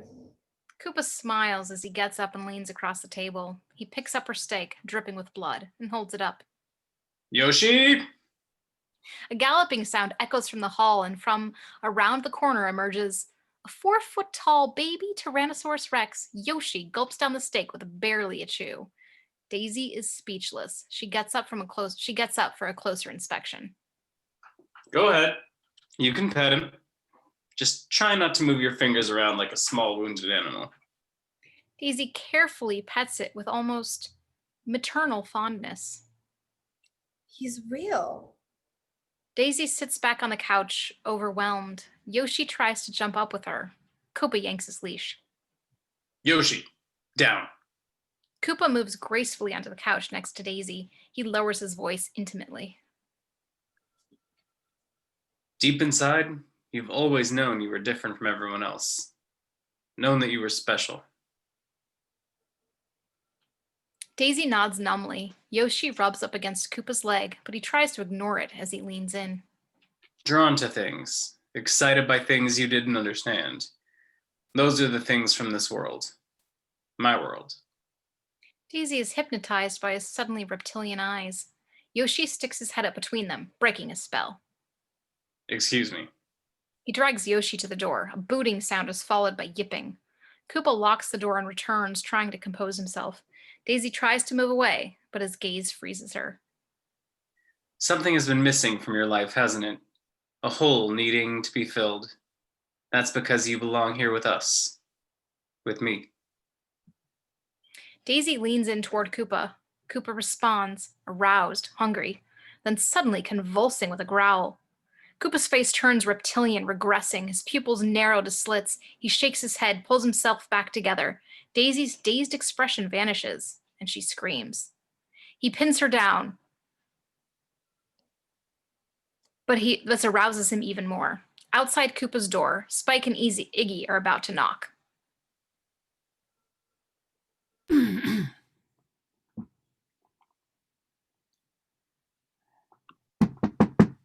Huh.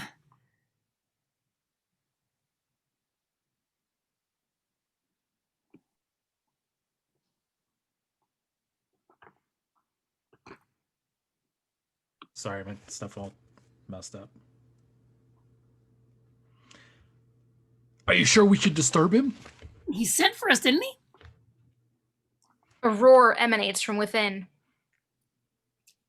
Yeah, let's come back another time.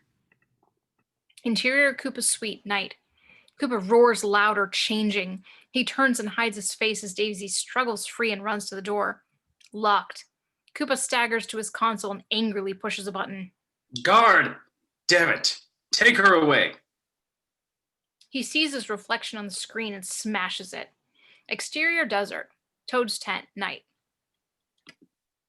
A set of footsteps lead to a small, low-lying tent. A light flickers inside. A gas-powered generator belches smoke. Interior Toad's tent, night. They're all watching TV. Luigi explodes them. How can you just sit there and watch TV? I don't know about you guys, but I gotta do something. Toad gets up and puts his hand on Luigi's shoulder. Cheer up. If it makes you feel any better, it's hopeless.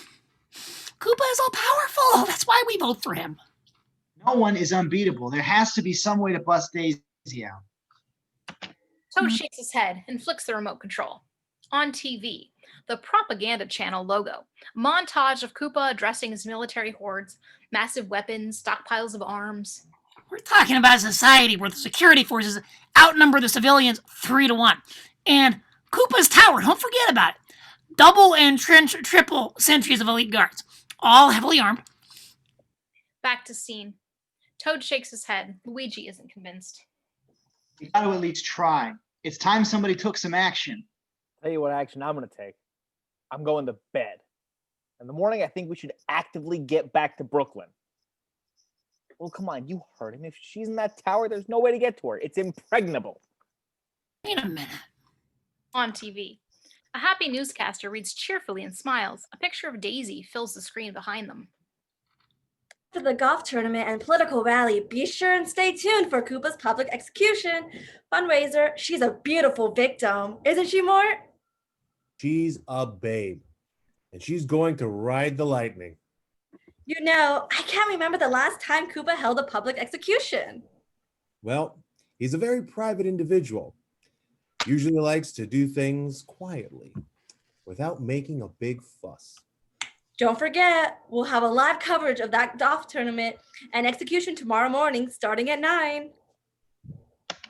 Back to scene. This is terrible. This is horrible.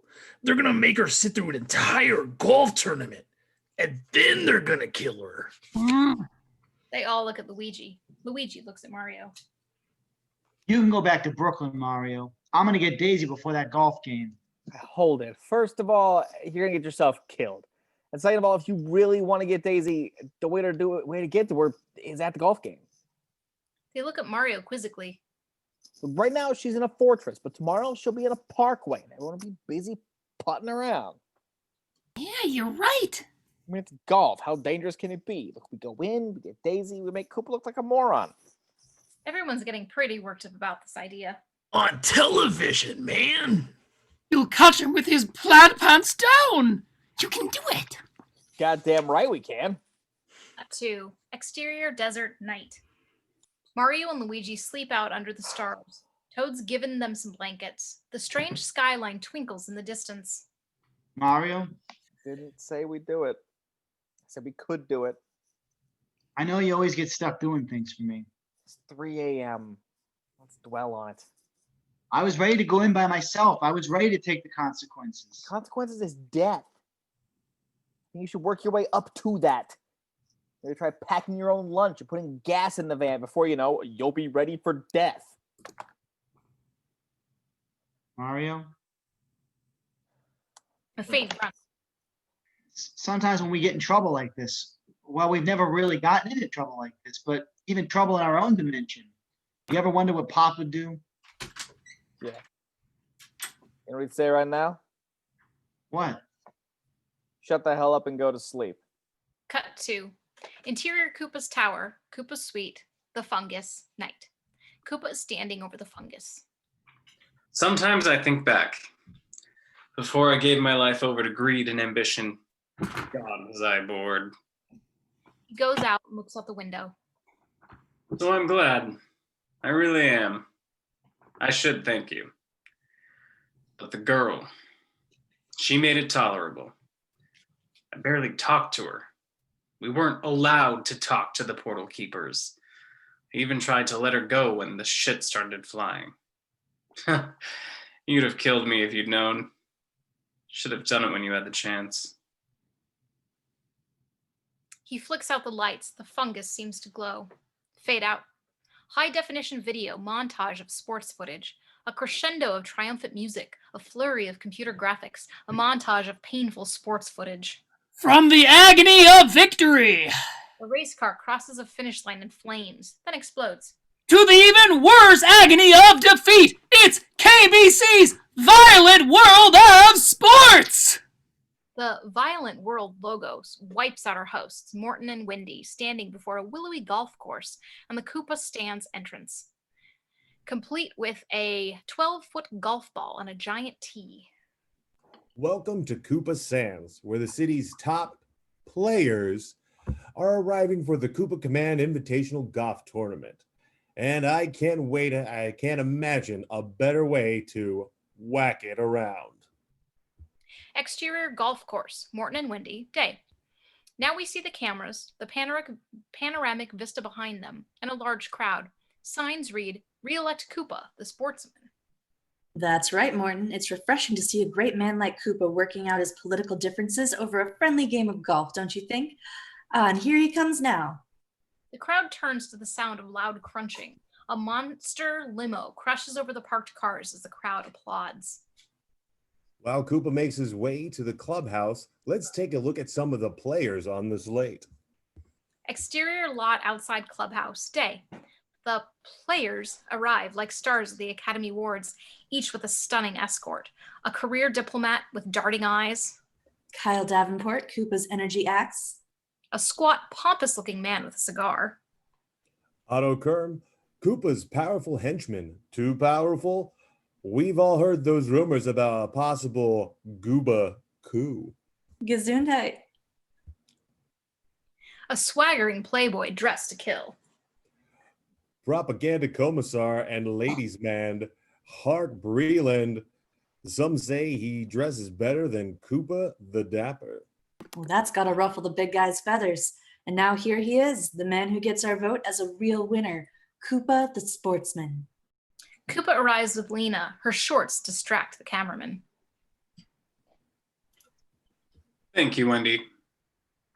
I want to thank my political allies for coming out in the spirit of sportsmanship. I think you'll find my new course uniquely challenging. Exterior Koopa's golf course, hole 1, day. Koopa swings. Book! The crowd applauds his perfect drive. A magnificent drive gets this game underway. That is right at it, Wendy. Series of quick, close shots off the tee. The balls are whacked in succession off the tee. The crowd is clapping politely, but Hark looks disheartened. Oh, that one's going in the sand. Hark looks pretty unhappy about that. At the sand trap, Hark rolls up his pant legs. As he sizes up the shot, he notices he's sinking. It's quicksand. He motions frantically to his caddy, who offers him a shorter club. No, you idiot! Get me out of here! Caddy looks at Koopa, who shakes his head. You must play through. Don't be unsportsmanlike. Hark thrashes as he sinks, the ball bobbing on the surface as he disappears. He finally connects the ball and pops out. A smattering of applause as his club finally sinks from sight. Exterior golf course, near execution stand, day. Mario and Luigi peer out from behind a row of golf carts. The platform is a high-tech Frankenstein table connected to the grid to zap the prisoner. Daisy is strapped in with a flowing dress and a huge blindfold. 2 guards stand sentry. With them 2 of us, let's go. Oh, hold on. The further Koopa gets down the course, the better. Okay, we'll wait. A TV minivan pulls up and a large crew starts setting up. The guards snap to attention. 1 gets on a walkie-talkie. 20 more guards file out of the clubhouse, straightening their uniforms for the cameras. A corps of Goombas sport riot gear with a large turtle-like shield. Luigi gives Mario the "I told you so" look. Exterior golf course, water hazard, day. A ball sails down into the water with a splash. Ooh, that's a bad break for Krem. That water's a real hazard. Otto and his caddy approach the water. Otto looks at Koopa. Maybe your caddy can find the ball. Otto's caddy steps in. The water boils as he's yanked under by a giant razorfish. Koopa points to the water. Maybe you can find it. On TV, Morton and Wendy wince. Well, I'd say this is a good time for a word from our sponsor. Insert parallel Nike commercial. A short, bald-headed black guy with thick glasses and a gold medallion that reads Pluto blinks onto the camera. My man Koopa's got a new pair of shoes. Where'd he go? Do you know? Do you know? Do you know? A high-pitched whistling sound like an incoming missile. Shrook! Koopa lands on Pluto with a pair of air stompers, crushing him from the frame. Smiles to the camera. Just stop it.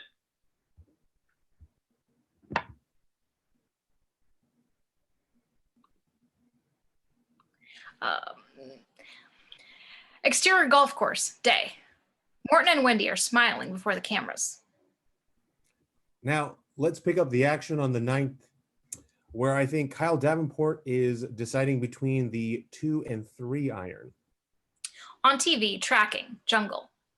Kyle is pinned beneath a foot of the T-Rex, feebly whacking it with his golf club. Guess he should have gone with the 3. Exterior near execution stand behind TV, minivan, day. Luigi is squirming impatiently as he surveys the platform. Suddenly, the guards all walk away from the stand. The TV crew is setting up a series of interviews with the guards off to the side. Daisy is left unguarded. Luigi looks at Mario. All right, let's do it. They run up to the platform. Luigi yanks off the blindfold. See what? Hey, you're not. It's Iggy. He smiles bitterly. My prince, you've come. The guards race back to surround them. It's a trap. This is humiliating. How do you think I feel? I had to shave my arms. Guards are coming up the steps. Mario throws a turtle-shaped shield and sends a few of them tumbling back. It's no use. Are we in trouble yet? No, we've shot straight past trouble. We are in deep. Honk, honk. It's Toad and his gang in golf carts. They pull up behind the grandstand directly beneath them. Come on, jump! Mario and Luigi hesitate. The guards are closing fast. They jump, bounce off the canvas tops, and land on the ground. They scramble into the carts. Guards pile into two armed, Desert Storm-style carts. They crest the hill and unleash a volley of Gila missiles. They're locked in on the carts! Jump! Everyone piles out. The missiles hit the carts and explode. Unfortunately, they blow out the bottom of the grandstand. Metal screeches as the bleachers collapse, toppling the huge T at the entrance. The 12-foot golf ball slips off the top and rolls down the ramp formed by the collapsed bleachers. The ball bounds across the turf and flattens the two Desert Storm carts as they close in. But more guards are pouring out of the clubhouse. Mario pulls Luigi across the course. Exterior golf course, war zone, day. Hole 18. Shaky CNN-type footage. Someone yells, 4! Players dive as the ground is rocked by explosions. One steps on a mine and is blown 20 feet to the green. Nice. Right on the green. Koopa just needs to make this last hole and it's all over. A golf tank bounces over the green. The hatch opens. Koopa sizes up the green. He closes the hatch. The gun turret whirs into the position over the hole. Boom, boom, boom, boom, boom. The smoke clears, and what was once a flag on a green is now an enormous crater. Koopa hops down triumphantly. What's left of the crowd screams. The 12-foot golf ball is thundering right toward them. They leap out of the way. It bounces off the stands and rolls on. Exterior, dense foliage, Mario and Luigi. Mario and Luigi reach a clearing and stop. A Tyrannosaurus rears up in front of them and roars. They turn. Behind them, piranha plants coil back eagerly. Mario unfurls a drain snake from his tool belt and snaps it like an action-adventure character, like with a bullwhip. He lashes out across its snout. The T-Rex looks at Mario like he's out of his mind. Luigi does the same. Okay, you try something. Luigi points up into the air and screams. Look out! Behind you! He's not gonna fall for that. Luigi pushes him aside. The giant golf ball rolls past them. The T-Rex rears back, growling and snapping at the ball, like a classic Ray Harrison scene, only with a golf ball. Boom! The golf ball disintegrates the blast. The T-Rex retreats to the trees and Koopa's tank bursts through. Mario and Luigi scramble through the growth and emerge onto exterior golf course, desert, day. It's overflowing with guards. The brothers are trapped. A helicopter touches down in the background, blowing up sand. Toad's friends are already being led to it. Koopa's tank bursts through the jungle and rumbles to a stop. The hatch opens.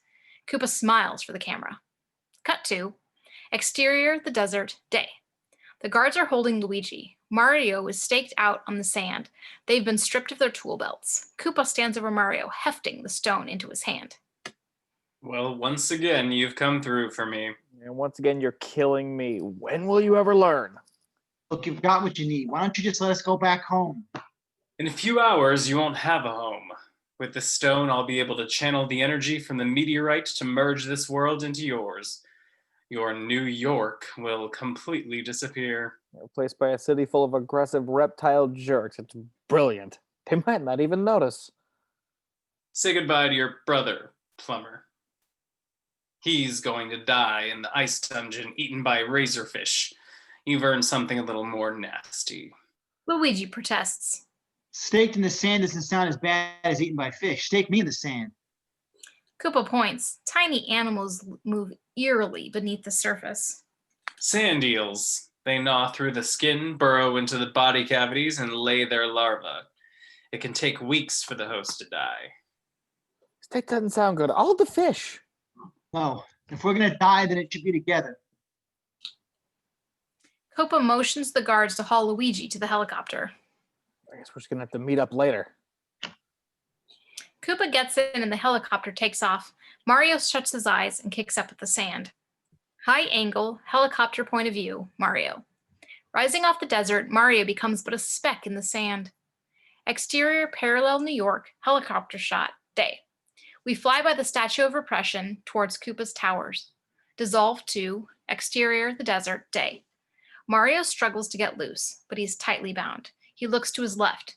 Did the sand just move then? Yep. He glances down by his feet. A sand-colored eel darts out, nuzzles his shoe, then disappears. Mario frantically begins to struggle. The letter bindings hold tight. Cut to interior holding area, ice dungeon, day. Luigi is on a large block of ice floating in the dungeon cell full of water.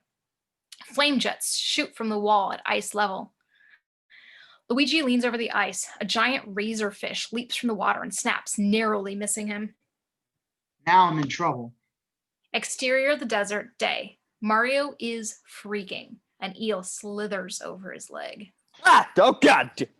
I don't care what happens to me, but if you listen, please just take care of my little brother, okay? An unnaturally deep voice booms out. Mario! Why should I help you now? You've always been a jerk! Mario is stunned. Excuse me? You're a jerk, Mario!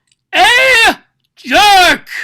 No, I mean, yes, but no, I'll be better. It's just, I'm so disappointed with my life. But... An ungrateful jerk! Yeah, ungrateful. Yeah, you're right. I have my health. I have my brother. I had a business until I ran into the ground. I'll do better, I swear. If you just give me a chance. Dental hygiene! An eel is licking Mario's ear. What? Okay, I'll floss. I swear. Look, I'll get a water pick. Please. The voice starts to snicker. A large chunk of sand gets up and moves towards Mario, convulsing with laughter. It's Toad. If I let you go, you have to promise not to hit me. Hit you, I will rip your head off. A huge fat eel, 4 feet long, rises between his legs. Okay, I promise. Let me go. Dissolve 2, long shot, desert, day. 2 figures track across the desert. Toad is mocking Mario. Oh, Floss, I promise not to hit you. I didn't promise not to stab you. In the foreground is a raised access pipe, this world's version of a manhole. Toad rushes to it. Access pipe. Come on, let's get out of the sun. Cut to interior holding area, ice dungeon, day. Luigi looks nervous. The ice is shrinking, and the razorfish looks hungry. He sits, feels something in his pocket. It's the green air stomper cartridge. Luigi holds it out.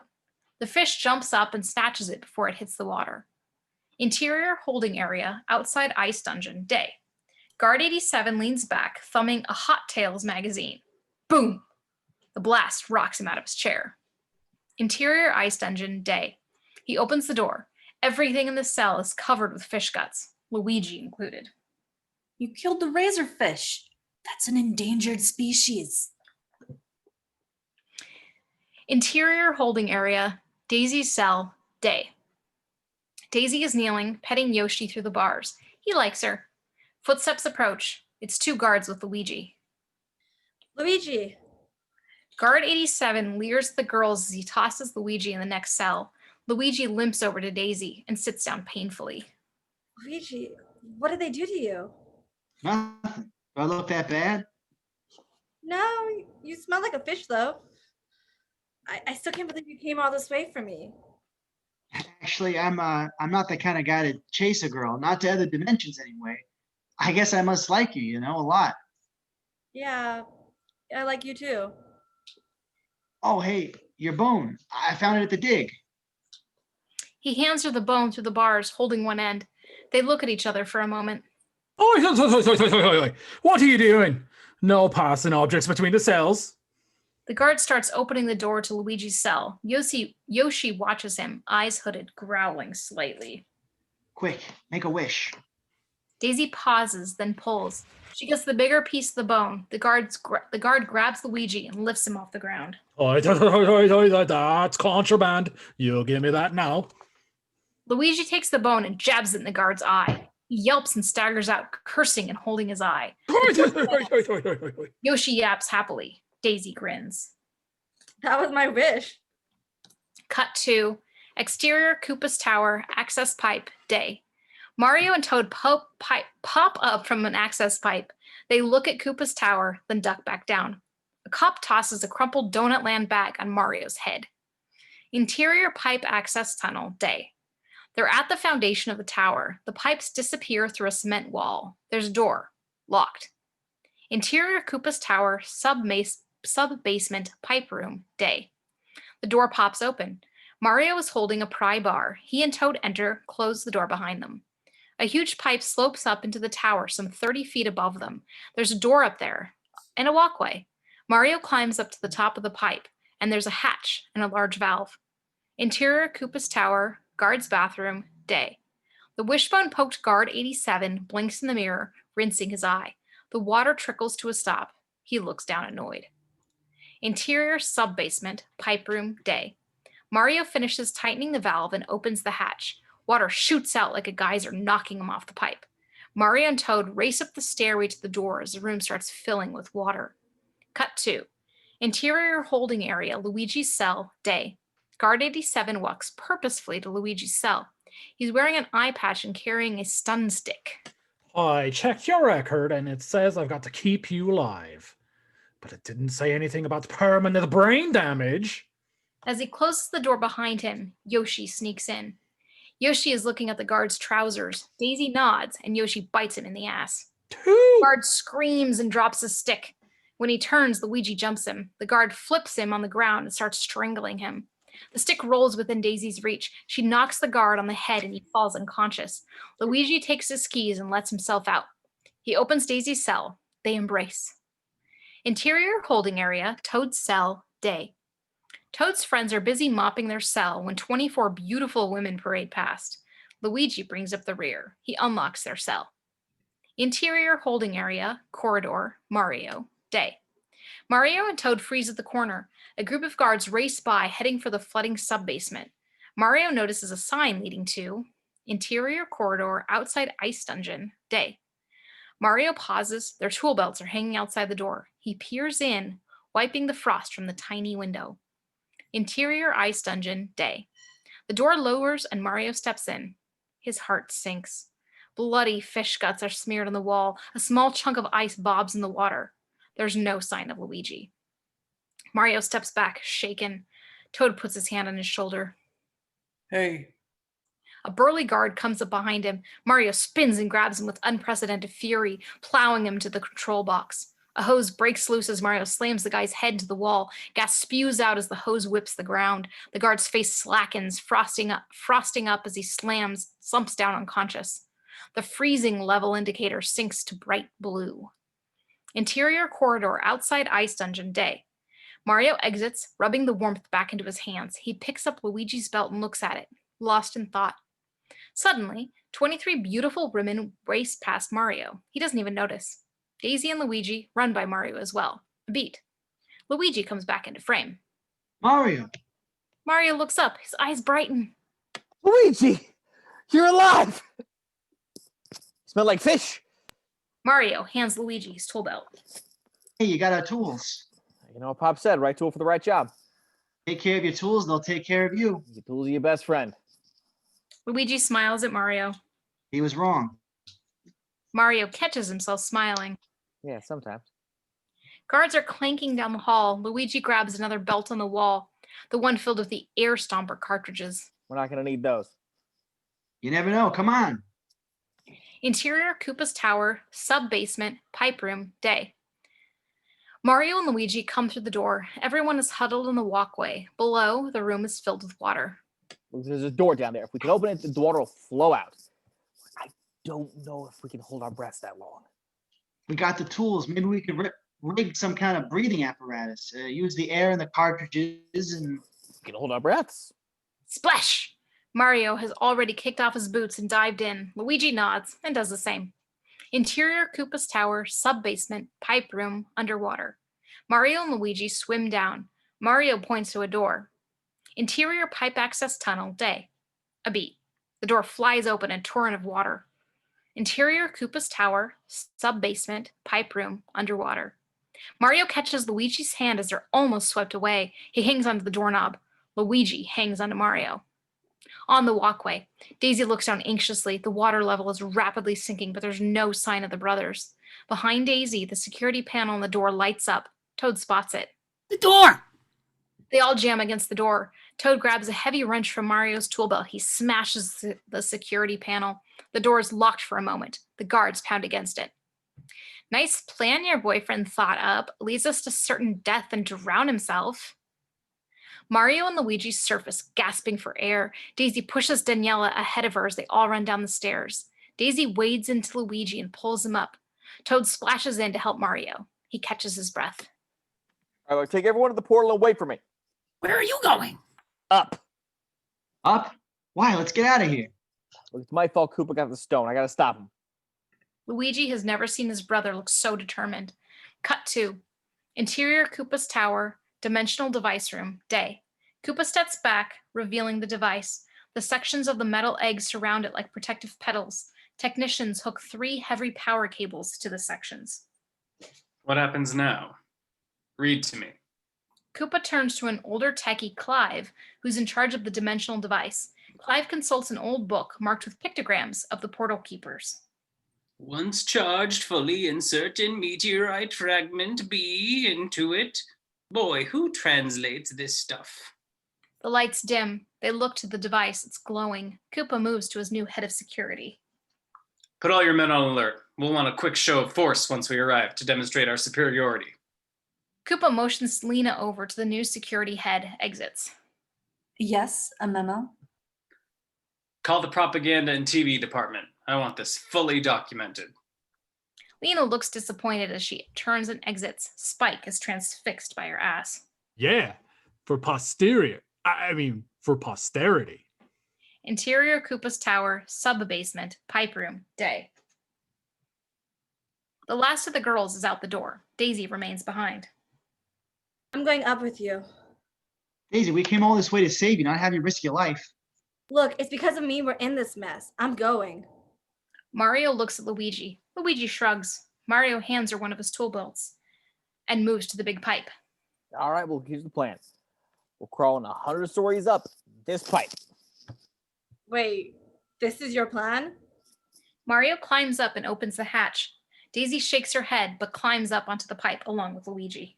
You think we're gonna go up the elevator? This way we don't have to worry about any guards. Mario hops down. He yelps and jumps back out. Shivering, Mario reaches in and fishes out a chunk of ice. Full of ice. Interior holding area, corridor, outside ice dungeon, day. The area by the ice dungeon has frozen as a result of Mario breaking the controls. Guards are slipping and falling. One guard reports to guard 87, who still has the eye patch. Water's shut off, so the cooling mechanism isn't working. Oh, we don't need a cooling mechanism. The cooling mechanism on the heating mechanism. Guard 87 looks ready to strangle him. Maybe we should call a plumber? You're right. You know how hard it is to find a plumber? In the background, Mario and Luigi and Daisy sneak by. Guard 87 sees them at the last moment, rushes forward, but slips on the ice. You stop those guys! Interior holding area, corridor, Mario, Luigi, and Daisy. Scramble down the hallway and come upon an elevator bank. Daisy gives Mario a look. Mario shrugs and hits the button. Interior Koopa's tower, maintenance level, day. The elevator opens under a sign. To basement and parking. Mario, Luigi, and Daisy pile out. One floor? Hey, take what you can get. Maybe there's another elevator? The room is echoing with pounding, repetitive, pinging sound. It looks like a boiler room. Steam shoots from the pipes overhead. They look around for another elevator. A huge workbench spans along the wall. On a pegboard above it is a dizzying array of strange tools, predominantly hammers. There are ball peen hammers, claw hammers, die hammers, jackhammers, mallets, sledgehammers, spalling hammers, stone hammers, tack hammers, and trip hammers, among others. 2 grease-covered guys appear and start screaming gibberish. The Hammer Brothers. They're under the mistaken impression that Mario and Luigi have come to take their jobs. Maybe it's the tool belts. The brothers look at each other, puzzled. I think they want us out of here. Claw hammer whizzes through the air and impales the wall behind Mario. Mario, Luigi, and Daisy dash across the room, hopping over the spare parts on the floor as the Hammer Brothers pelt them with hammer after hammer. They find a stairway leading up. The guards arrive in the elevator and chase after them. One of them gets taken out by the stray flying hammer. Further up the stairs, they find a locked door. They find a door, locked. They run to the next level. It's locked too. Mario is impatient. He jacks the hinges out of the door with the hammer and the crowbar. Luigi, grab an end. They take the door and slide it down the steps. It picks up speed and bowls over the advancing guards. Interior Koopa's tower, propaganda level, day. Mario, Luigi, and Daisy step through the open door frame. A slew of white-collar advertising types look up from their computers, typewriters, and drawing boards. The walls display enormous posters from Koopa's ad campaigns. Koopa's the one, showed Koopa flashing a peace sign. Elect Koopa the stud, has him cavorting with Lena. Putting your hard-earned coupons to work, elect Koopa the administrator. Features an uncomfortably bespectacled Koopa.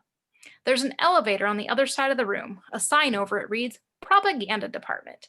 A nervous presenter draws the last shade and motions to Mario, Luigi, and Daisy. Could you fix the door another time? We're in the middle of the presentation. He hits the lights. Mario, Luigi, and Daisy edge around the darkened room to the elevators as a screen lights up. So, once again, after the merging, we're proposing a series of films to re-educate the masses. On a screen, our reptilian superiority splashes across the screen in bold neo-constructivist type. The irate guards and Goombas pile through the door. They spot Daisy and the brothers by the elevators and run, stomp, jump over, and otherwise destroy everything in their path, getting to them. An art director leaps up to protect his work. My storyboards! The others try in vain to protect their work from an onrush of guards. A computer monitor crashes in a shower of sparks. Our three heroes have crawled under the desks, waiting for the elevator. A Goomba spots Mario and lunges. Mario scrambles out and they struggle, illuminated by the projected film. Luigi jumps up and taps the Goomba on the shoulder. He turns and gets a face full of spray paint. Mario decks him. A guard raises a shade and fills the room with light. It's a disaster, but there's no sign of Mario Brothers or Daisy. A guard points. The elevator door is closing. After them! Interior elevator day. This elevator seems to be shakier than the others. Mario looks grimly at the lighted buttons he's pushed. The top. All right. This is it. Prepare yourselves. Interior tower, the top floor, hallway, afternoon. Daisy and Luigi exit the elevator cautiously. They're in the hallway, curiously unguarded. Mario pries open the control panel and rips out the wires. He steps out. This doesn't look right. Maybe it's the wrong floor. You should have told me that a minute ago. There's an office ahead. Against the frosted glass looms a hulking shadow, waving a pointed stick. Now what? Mario cocks back the fire thrower he took off the guard. Now we find Koopa. Better stay back. Interior Lenny Young's office, afternoon. They kick in the door of a large, sparsely furnished office. Freeze! Everybody, where's Koopa? Lenny Young spins his chair around. A buttoned-down little guy with glasses holding a pencil. He's on the phone. Koopa's next door. The next office? No, next door. Lenny points to the rotted away wall of his office to the other gleaming tower. The brothers look dismayed. I'm Lenny Young, Koopa's accountant. Anything I could do? Coffee? Mario and Luigi shake their heads politely and back out. Interior tower, the top floor, hallway, afternoon. They back out of his office. Luigi gives Daisy the bad news. We're in the wrong tower. Daisy looks at the sabotaged elevator. Interior stairwell, afternoon. They look down, 100 stories worth of stairs. Well, these are going down. A roar. Dozens of screaming Goombas pour up the stairs. Mario unloads a volley of fireballs down the stairs. Out of ammo, he drops the gun. They turn and run up. Boom! Exterior tower, the roof. Afternoon. The door opens. Daisy and the brothers race out. A huge TV antenna towers above them, swaying in the wind. Mario blocks the door, and they move to the edge. It's a long way down. Long shot. View from Koopa's tower. Afternoon. Mario, Luigi, and Daisy are tiny figures 150 feet away. I don't think we can jump this one. Exterior tower, the roof, afternoon. Mario looks at the antenna. He kneels by the base. It's bolted down, but the cement is a little crumbly. Mario takes out a wrench, but the bolts don't budge. Mario pulls out his gleaming air-powered socket wrench. Oh, we had some air. Luigi holds up one of the air stomper cartridges. Mario smiles and jams it in. Yes! He starts undoing the bolts. Rrr, rrr. The antenna creaks in the wind. Gotta be kidding me. Stand back. Luigi! He hands a big wire cutter to Luigi and moves to the other guy wire. He slips a pry bar under the plate holding it. All right, together. Luigi snaps. Mario pries. Daisy gasps as the antenna starts to creak, leaning, rocking in the wind. Daisy joins Mario and Luigi as they push the enormous antenna over. It lands with a thud, spanning the towers. Interior dimensional device room, afternoon. The room lights have dimmed as the device glows brighter. Fortunately, the TV crew has brought a generator for their lights. Morton and Wendy are there. The room shudders as the antenna lands on the roof. They all react. Koopa moves to Clive. Is that supposed to happen? Clive shrugs as he pages the old Portal Keeper's book. Koopa moves to a guard by the door. Take some men and check the roof. Rod the technician looks down at the controls. A blinking light reads, cooling mech. Rod taps it and it goes away.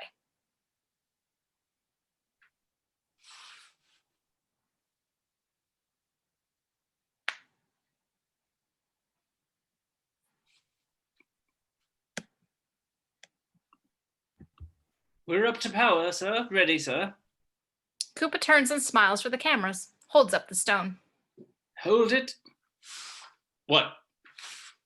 It says here only the portal keepers have enough tolerance to withstand the dimensional energy emitted when inserting the stone. Yes, of course. They would say that. He looks down at the crackling device, buzzing with energy. Clive? Yes, sir. Clive, you've done an excellent job for me here, preparing the device, researching it all these years. I want you to have the honors. He hands him the stone. Clive starts sweating. Well, the text was pretty explicit. Ah, it's just superstition. Go ahead. Enjoy.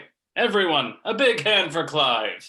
They applaud. Clive smiles and nervously approaches. He barely gets the stone a foot away.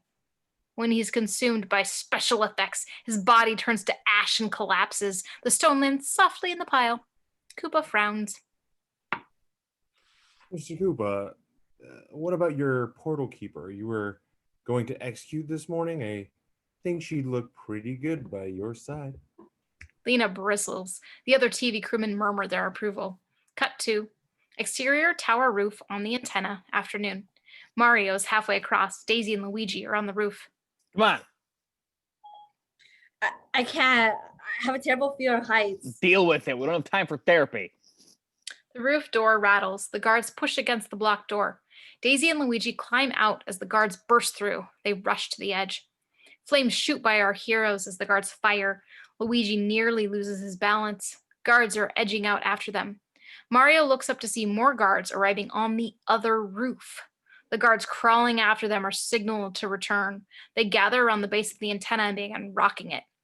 Interior, Koopa's tower, dimensional device room, afternoon. Iggy and Spike tentatively enter. Well, where is she? Iggy's throat is dry. Koopa's face twitches, regressing. Just kill us. Exterior tower roof on the antenna, afternoon. Mario was about 10 feet from the other roof when Daisy slips off. She screams. Luigi grabs her, grabs the guy wire. Daisy! They're slipping. Mario edges toward them, but the guards give the final heave, and Mario falls, catches the guy wire. Luigi and Daisy hold on as the damned wire unwraps from the antenna, and all three of them swing loose. They hang on for dear life as they swing straight for the side of the building. Interior Koopa's tower, dimensional device room, afternoon. Koopa, now quite regressed, looms over Spike and Iggy. We'll go back. We'll find her. Perhaps they're nearby. Right. Maybe they're downstairs in the lobby. Maybe they're going to deliver her right to us. Smash! Daisy and Luigi come through the window. They roll to a stop at Koopa's feet. He grabs Daisy and pulls her up roughly. He looks in her eyes and suddenly, gently, reverts back to human form. Lena seethes in the crowd. Daisy and the little plumber boy. Two guards pick up Luigi and hustle him in front of Koopa. We were just talking about you. Cut to Exterior Koopa's tower, afternoon. Mario hangs from the wire. It's a long way down. The guards above start to pull him up. He passes an open maintenance level near the top where the vents and air conditioning equipment are housed. Mario grabs hold and pulls himself in. Interior Koopa's tower, roof maintenance level, afternoon. Voices echo from around the corner. Mario ducks back. 2 tech boys are looking into an open hatch down a big pipe. It's iced up solid. The whole system must be shorted out. They shake their heads and leave. Mario peeks down the pipe. It looks like a bobsled run. He moves to the door. Koopa's booming voice can be heard within. Interior Koopa's tower, dimensional device room, afternoon. The room is buzzing in anticipation. Koopa gestures grandly. History, you're witnessing the beginning of a new world. A new world with a new order. A new world order. That's right. Luigi shrugs free of the guards and stands face to face with Koopa, looks him in the eye. You think you got it all figured out, don't you? Well, I got news for you. We had a guy once, thought he was going to rule the world. Little guy by the name of Hitler. Tilts up the catwalk above the device. Mario has opened the door and stepped out on the catwalk near the ceiling. The device is directly below him. Luigi glances up and sees him. Mario makes the TV director's gesture for keep it rolling. Say we had another guy. He was a funny fella, liked to push people around, thought he was tough. Guy by the name of Sinatra. Luigi's mind is a blank. The crowd is shuffling. Above, Mario surveys the room, looks at the ceiling. What's your point? Well, it seems these two met in a bar one day. Hitler orders a drink and so does Sinatra. Shut up. Koopa signals the guards to silence Luigi. They grab him and put a stun stick to his throat. Koopa takes Daisy's hand. Daisy, I need you to do something for me. No. Put it in. Sorry. No, I won't do that. It won't hurt you, I promise. Think about your boyfriend. Daisy looks at Luigi. The guards motion with the stun stick threateningly. Then Mario bursts through the door. Don't do it. The TV cameras swivel to Mario. You'll kill 8 million people. Guards hustle to grab Mario. Koopa casts a sideward glance at Iggy and Spike, who cower behind the TV equipment. For starters, you sound like they did 20 years ago.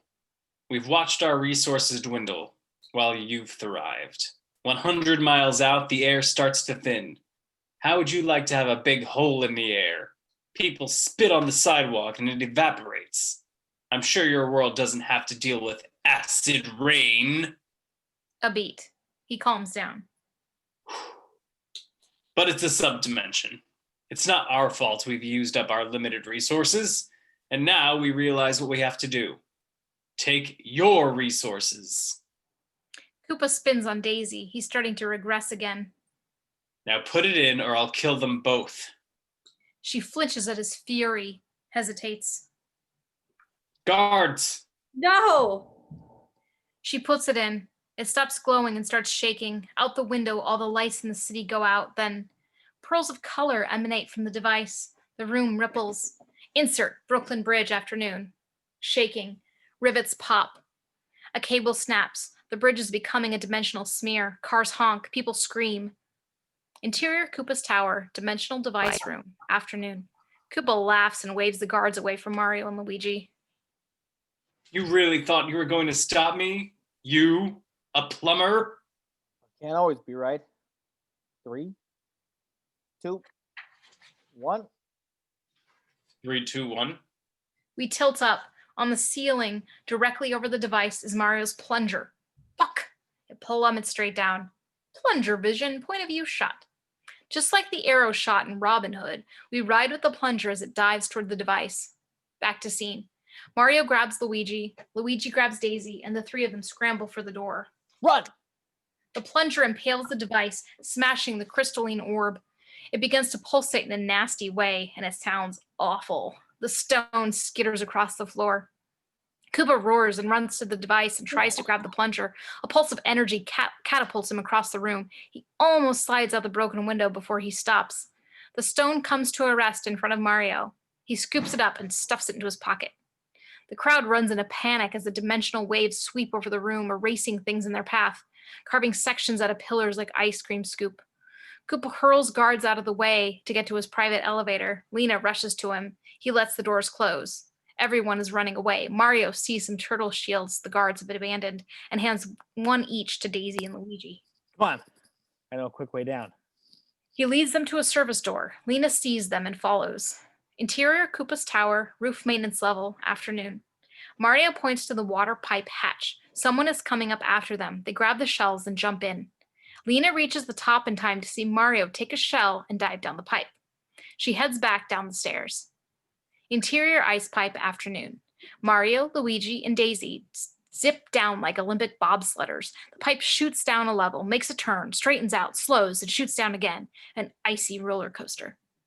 Interior Koopa's tower, roof maintenance level, afternoon. Lena reemerges with the turtle shield and dives in the pipe. Exterior Koopa's tower, establishing, afternoon. The top of Koopa's tower is starting to glow. Interior portal shrine, afternoon. Toad, Freeman, and Fodor are waiting with the 23 Brooklyn babes, who now think they're some sort of heroes. It doesn't suck. Mannis comes schlubbing in.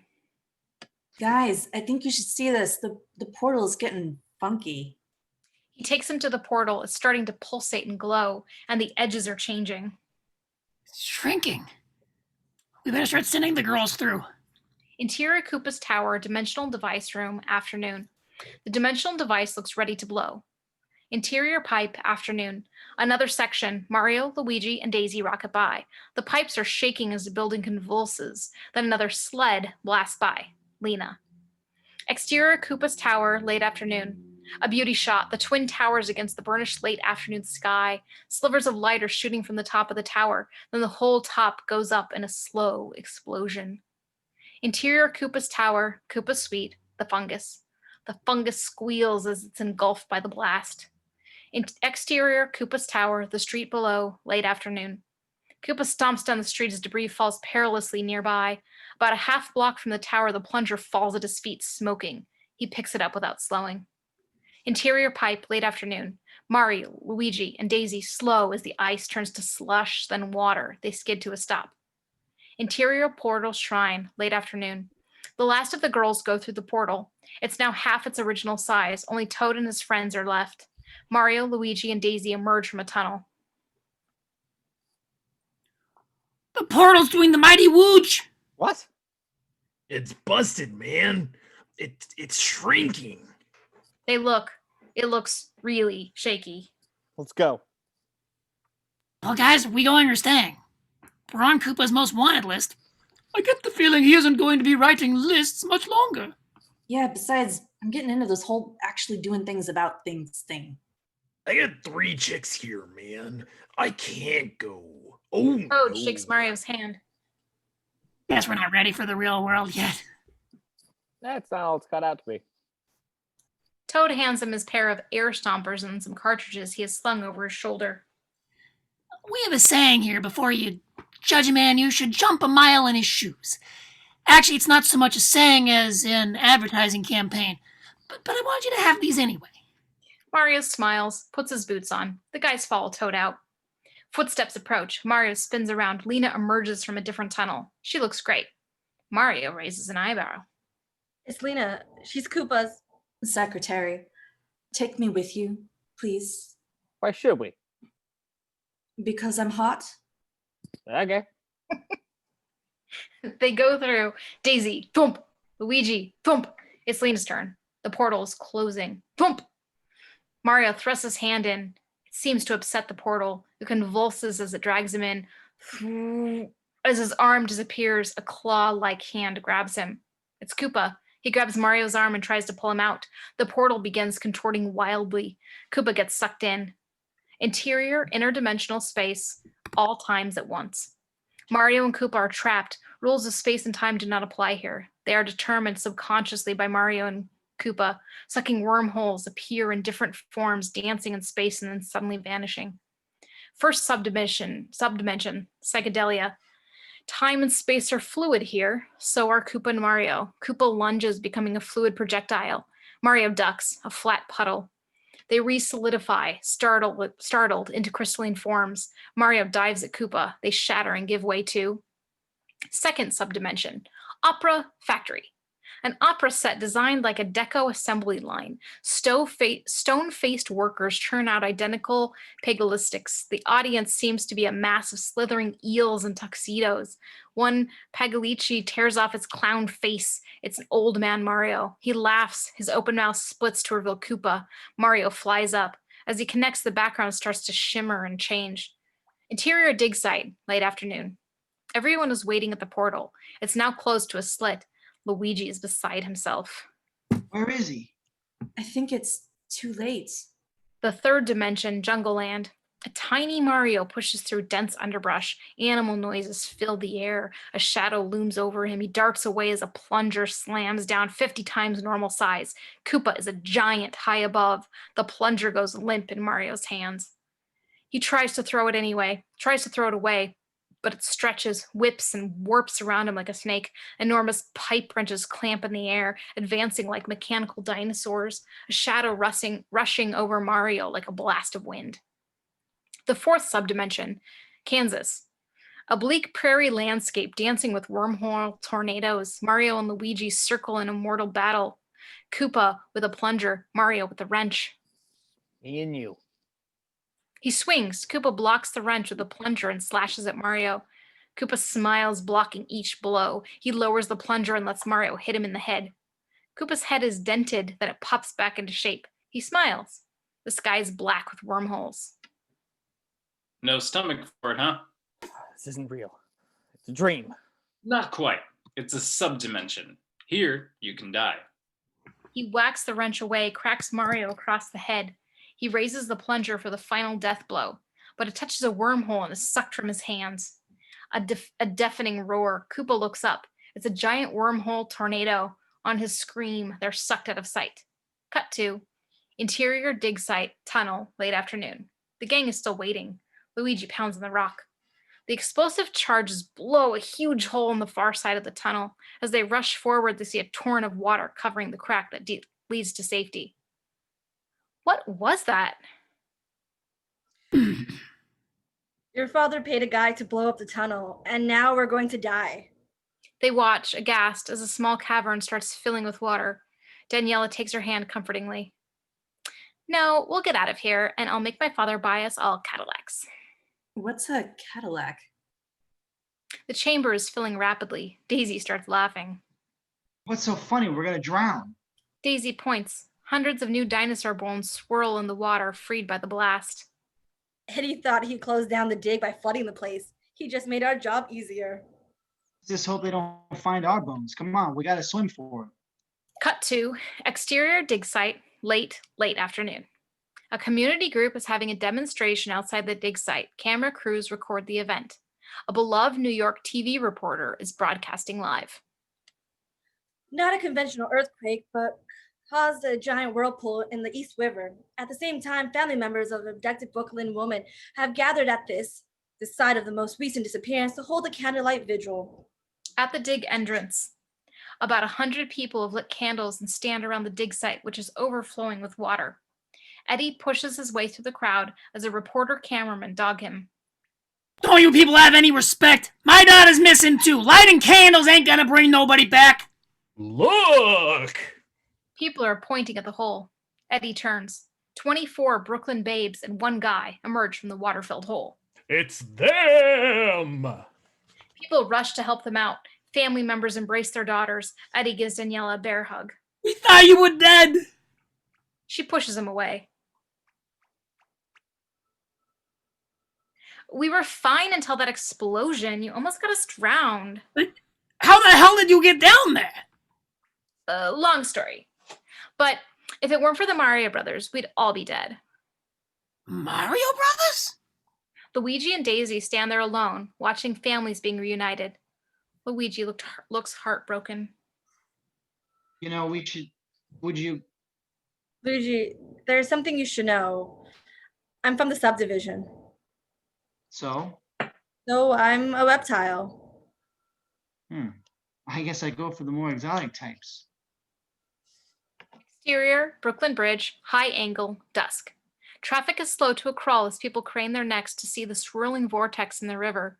Traffic cops try futilely to urge traffic along. Suddenly, a strange crackling of light rises up from the vortex. It rises up and the bridge starts to glow. Exterior, dig site, dusk. Lena points at the bridge, lighting up with wisps of energy. Look. What is it? It's Mario. Luigi starts running toward the bridge. Daisy, Daniella, and everyone else follows. Exterior, Brooklyn Bridge, dusk. The light energy is focused on the center of the bridge. Mario rematerializes on the bridge. Then Koopa. Then the plunger. Koopa is a total reptile man now. He hisses. Mario runs to the base of the bridge tower. He takes 2 bonsai bills and loads his air stomper boots. With incredible dinosaur strides, Koopa is on top of Mario. As he roars, his mouth gapes wide open and up to bite Mario's head off, which is exactly what he's going to do until Mario clicks his heels together and rockets into the air. Exterior, bridge tower, dusk. Mario lands perfectly on top of the bridge tower. He feels like Errol Flynn until he looks down. Koopa is climbing a cable. He pulls himself onto one of the sloping main cables and starts running to the tower. Oh, man. He looks around frantically. There's nowhere to go. He takes 2 more cartridges, jams them in the stompers, and looks down at the river. The vortex is churning violently. Koopa leaps onto the tower, grabs him from behind, and hurls him across the tower. Mario skids to a halt at the edge, scrambles to his feet. They circle each other. Koopa roars. Look, you're in New York now. You'll never fit in unless you learn to act like a human being. Koopa spits. Mario ducks, and a stream of acid flings by him. Even semi-human. Koopa lunges. Mario dives and rolls. Exterior, Brooklyn Bridge, dusk. A huge crowd has gathered. The media is setting up all over the place. Luigi and Daisy push their way through. Exterior, bridge tower, dusk. Mario's cornered, backing up and running out of room. Koopa dives and grabs him by the throat. Drooling acid, his face is twisted in pure evil. Mario's feet are against his chest. I am the Lizard King. I don't need anything from you. You're nothing but a plumber. You're a plumber. Mario clicks his heels together. The stompers beep. Goddamn right. You piece of shit. Koopa is catapulted off the tower. He roars and thrashes as he falls straight down to the vortex and disappears, flushed out of existence. Exterior, Brooklyn Bridge, dusk. The crowd cheers riotously. Luigi embraces Daisy joyfully. Dissolve to exterior, Brooklyn Bridge, night. Mario and Luigi are being escorted to an ambulance. Daisy, Daniella, and Lena are with them. The cops are hassling them. The media is trying to get at him with their cameras. A subdimension? What the hell's a subdimension? Eddie pushes past the cameras and pokes the cop on the chest. Hey, leave him alone! I'm sorry, Mr. Scarpelli.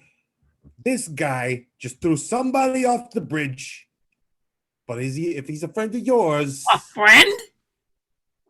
These are the guys who saved my daughter. These are the guys who saved all those kidnapped girls. These guys are heroes! He bear hugs Mario painfully as he signals to the camera. Jeez, you trying to kill me? The Mario Brothers, best damn plumbers in Brooklyn. The Super Mario Brothers. Suddenly the bridge shakes and the sky lights up. The crowd turns to look down the river. Exterior, East River, the vortex swirls out of control as the glowing meteorite rises from the river. Koopa, or rather a giant, pure energy, fully regressed Koopa, is straddling it. Energy swirls around him like tendrils. Koopa grasps them like rain, steering the meteorite up.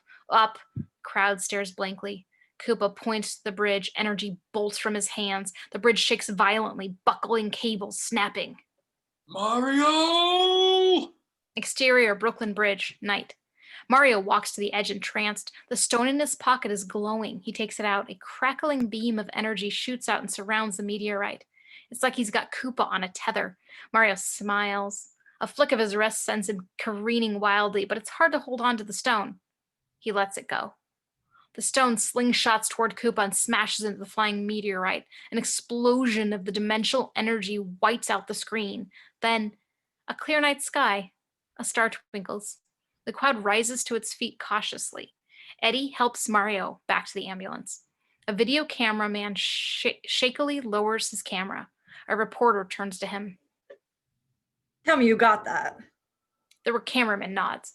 Daisy kisses Luigi as he's loaded into the ambulance. Lena and Daniella both kiss Mario. The doors are slammed shut. Interior ambulance, night. Mario and Luigi lay in the dark as the ambulance heads off. A paramedic sits in the back. As the credits roll, we hear them in voiceover. Luigi sounds a little loopy. Hey, Mario, What? all that stuff Pop taught us, it sure came in handy. Yeah. Do you think he knew someday we'd get sucked into a dinosaur subdimension? No, Luigi, probably not. Exterior Brooklyn Bridge, long shot, night. Credits continue as the ambulance heads over the bridge. He always said we'd thank him someday, though, didn't he? Yeah. Can't you give him something to make him sleep? I already did. Thanks, Pop. Now you say it. Give me a break, will you? Say it, say it, say it, say it, say it. Shut up. A beat. Oh, go on, say it. It won't kill you.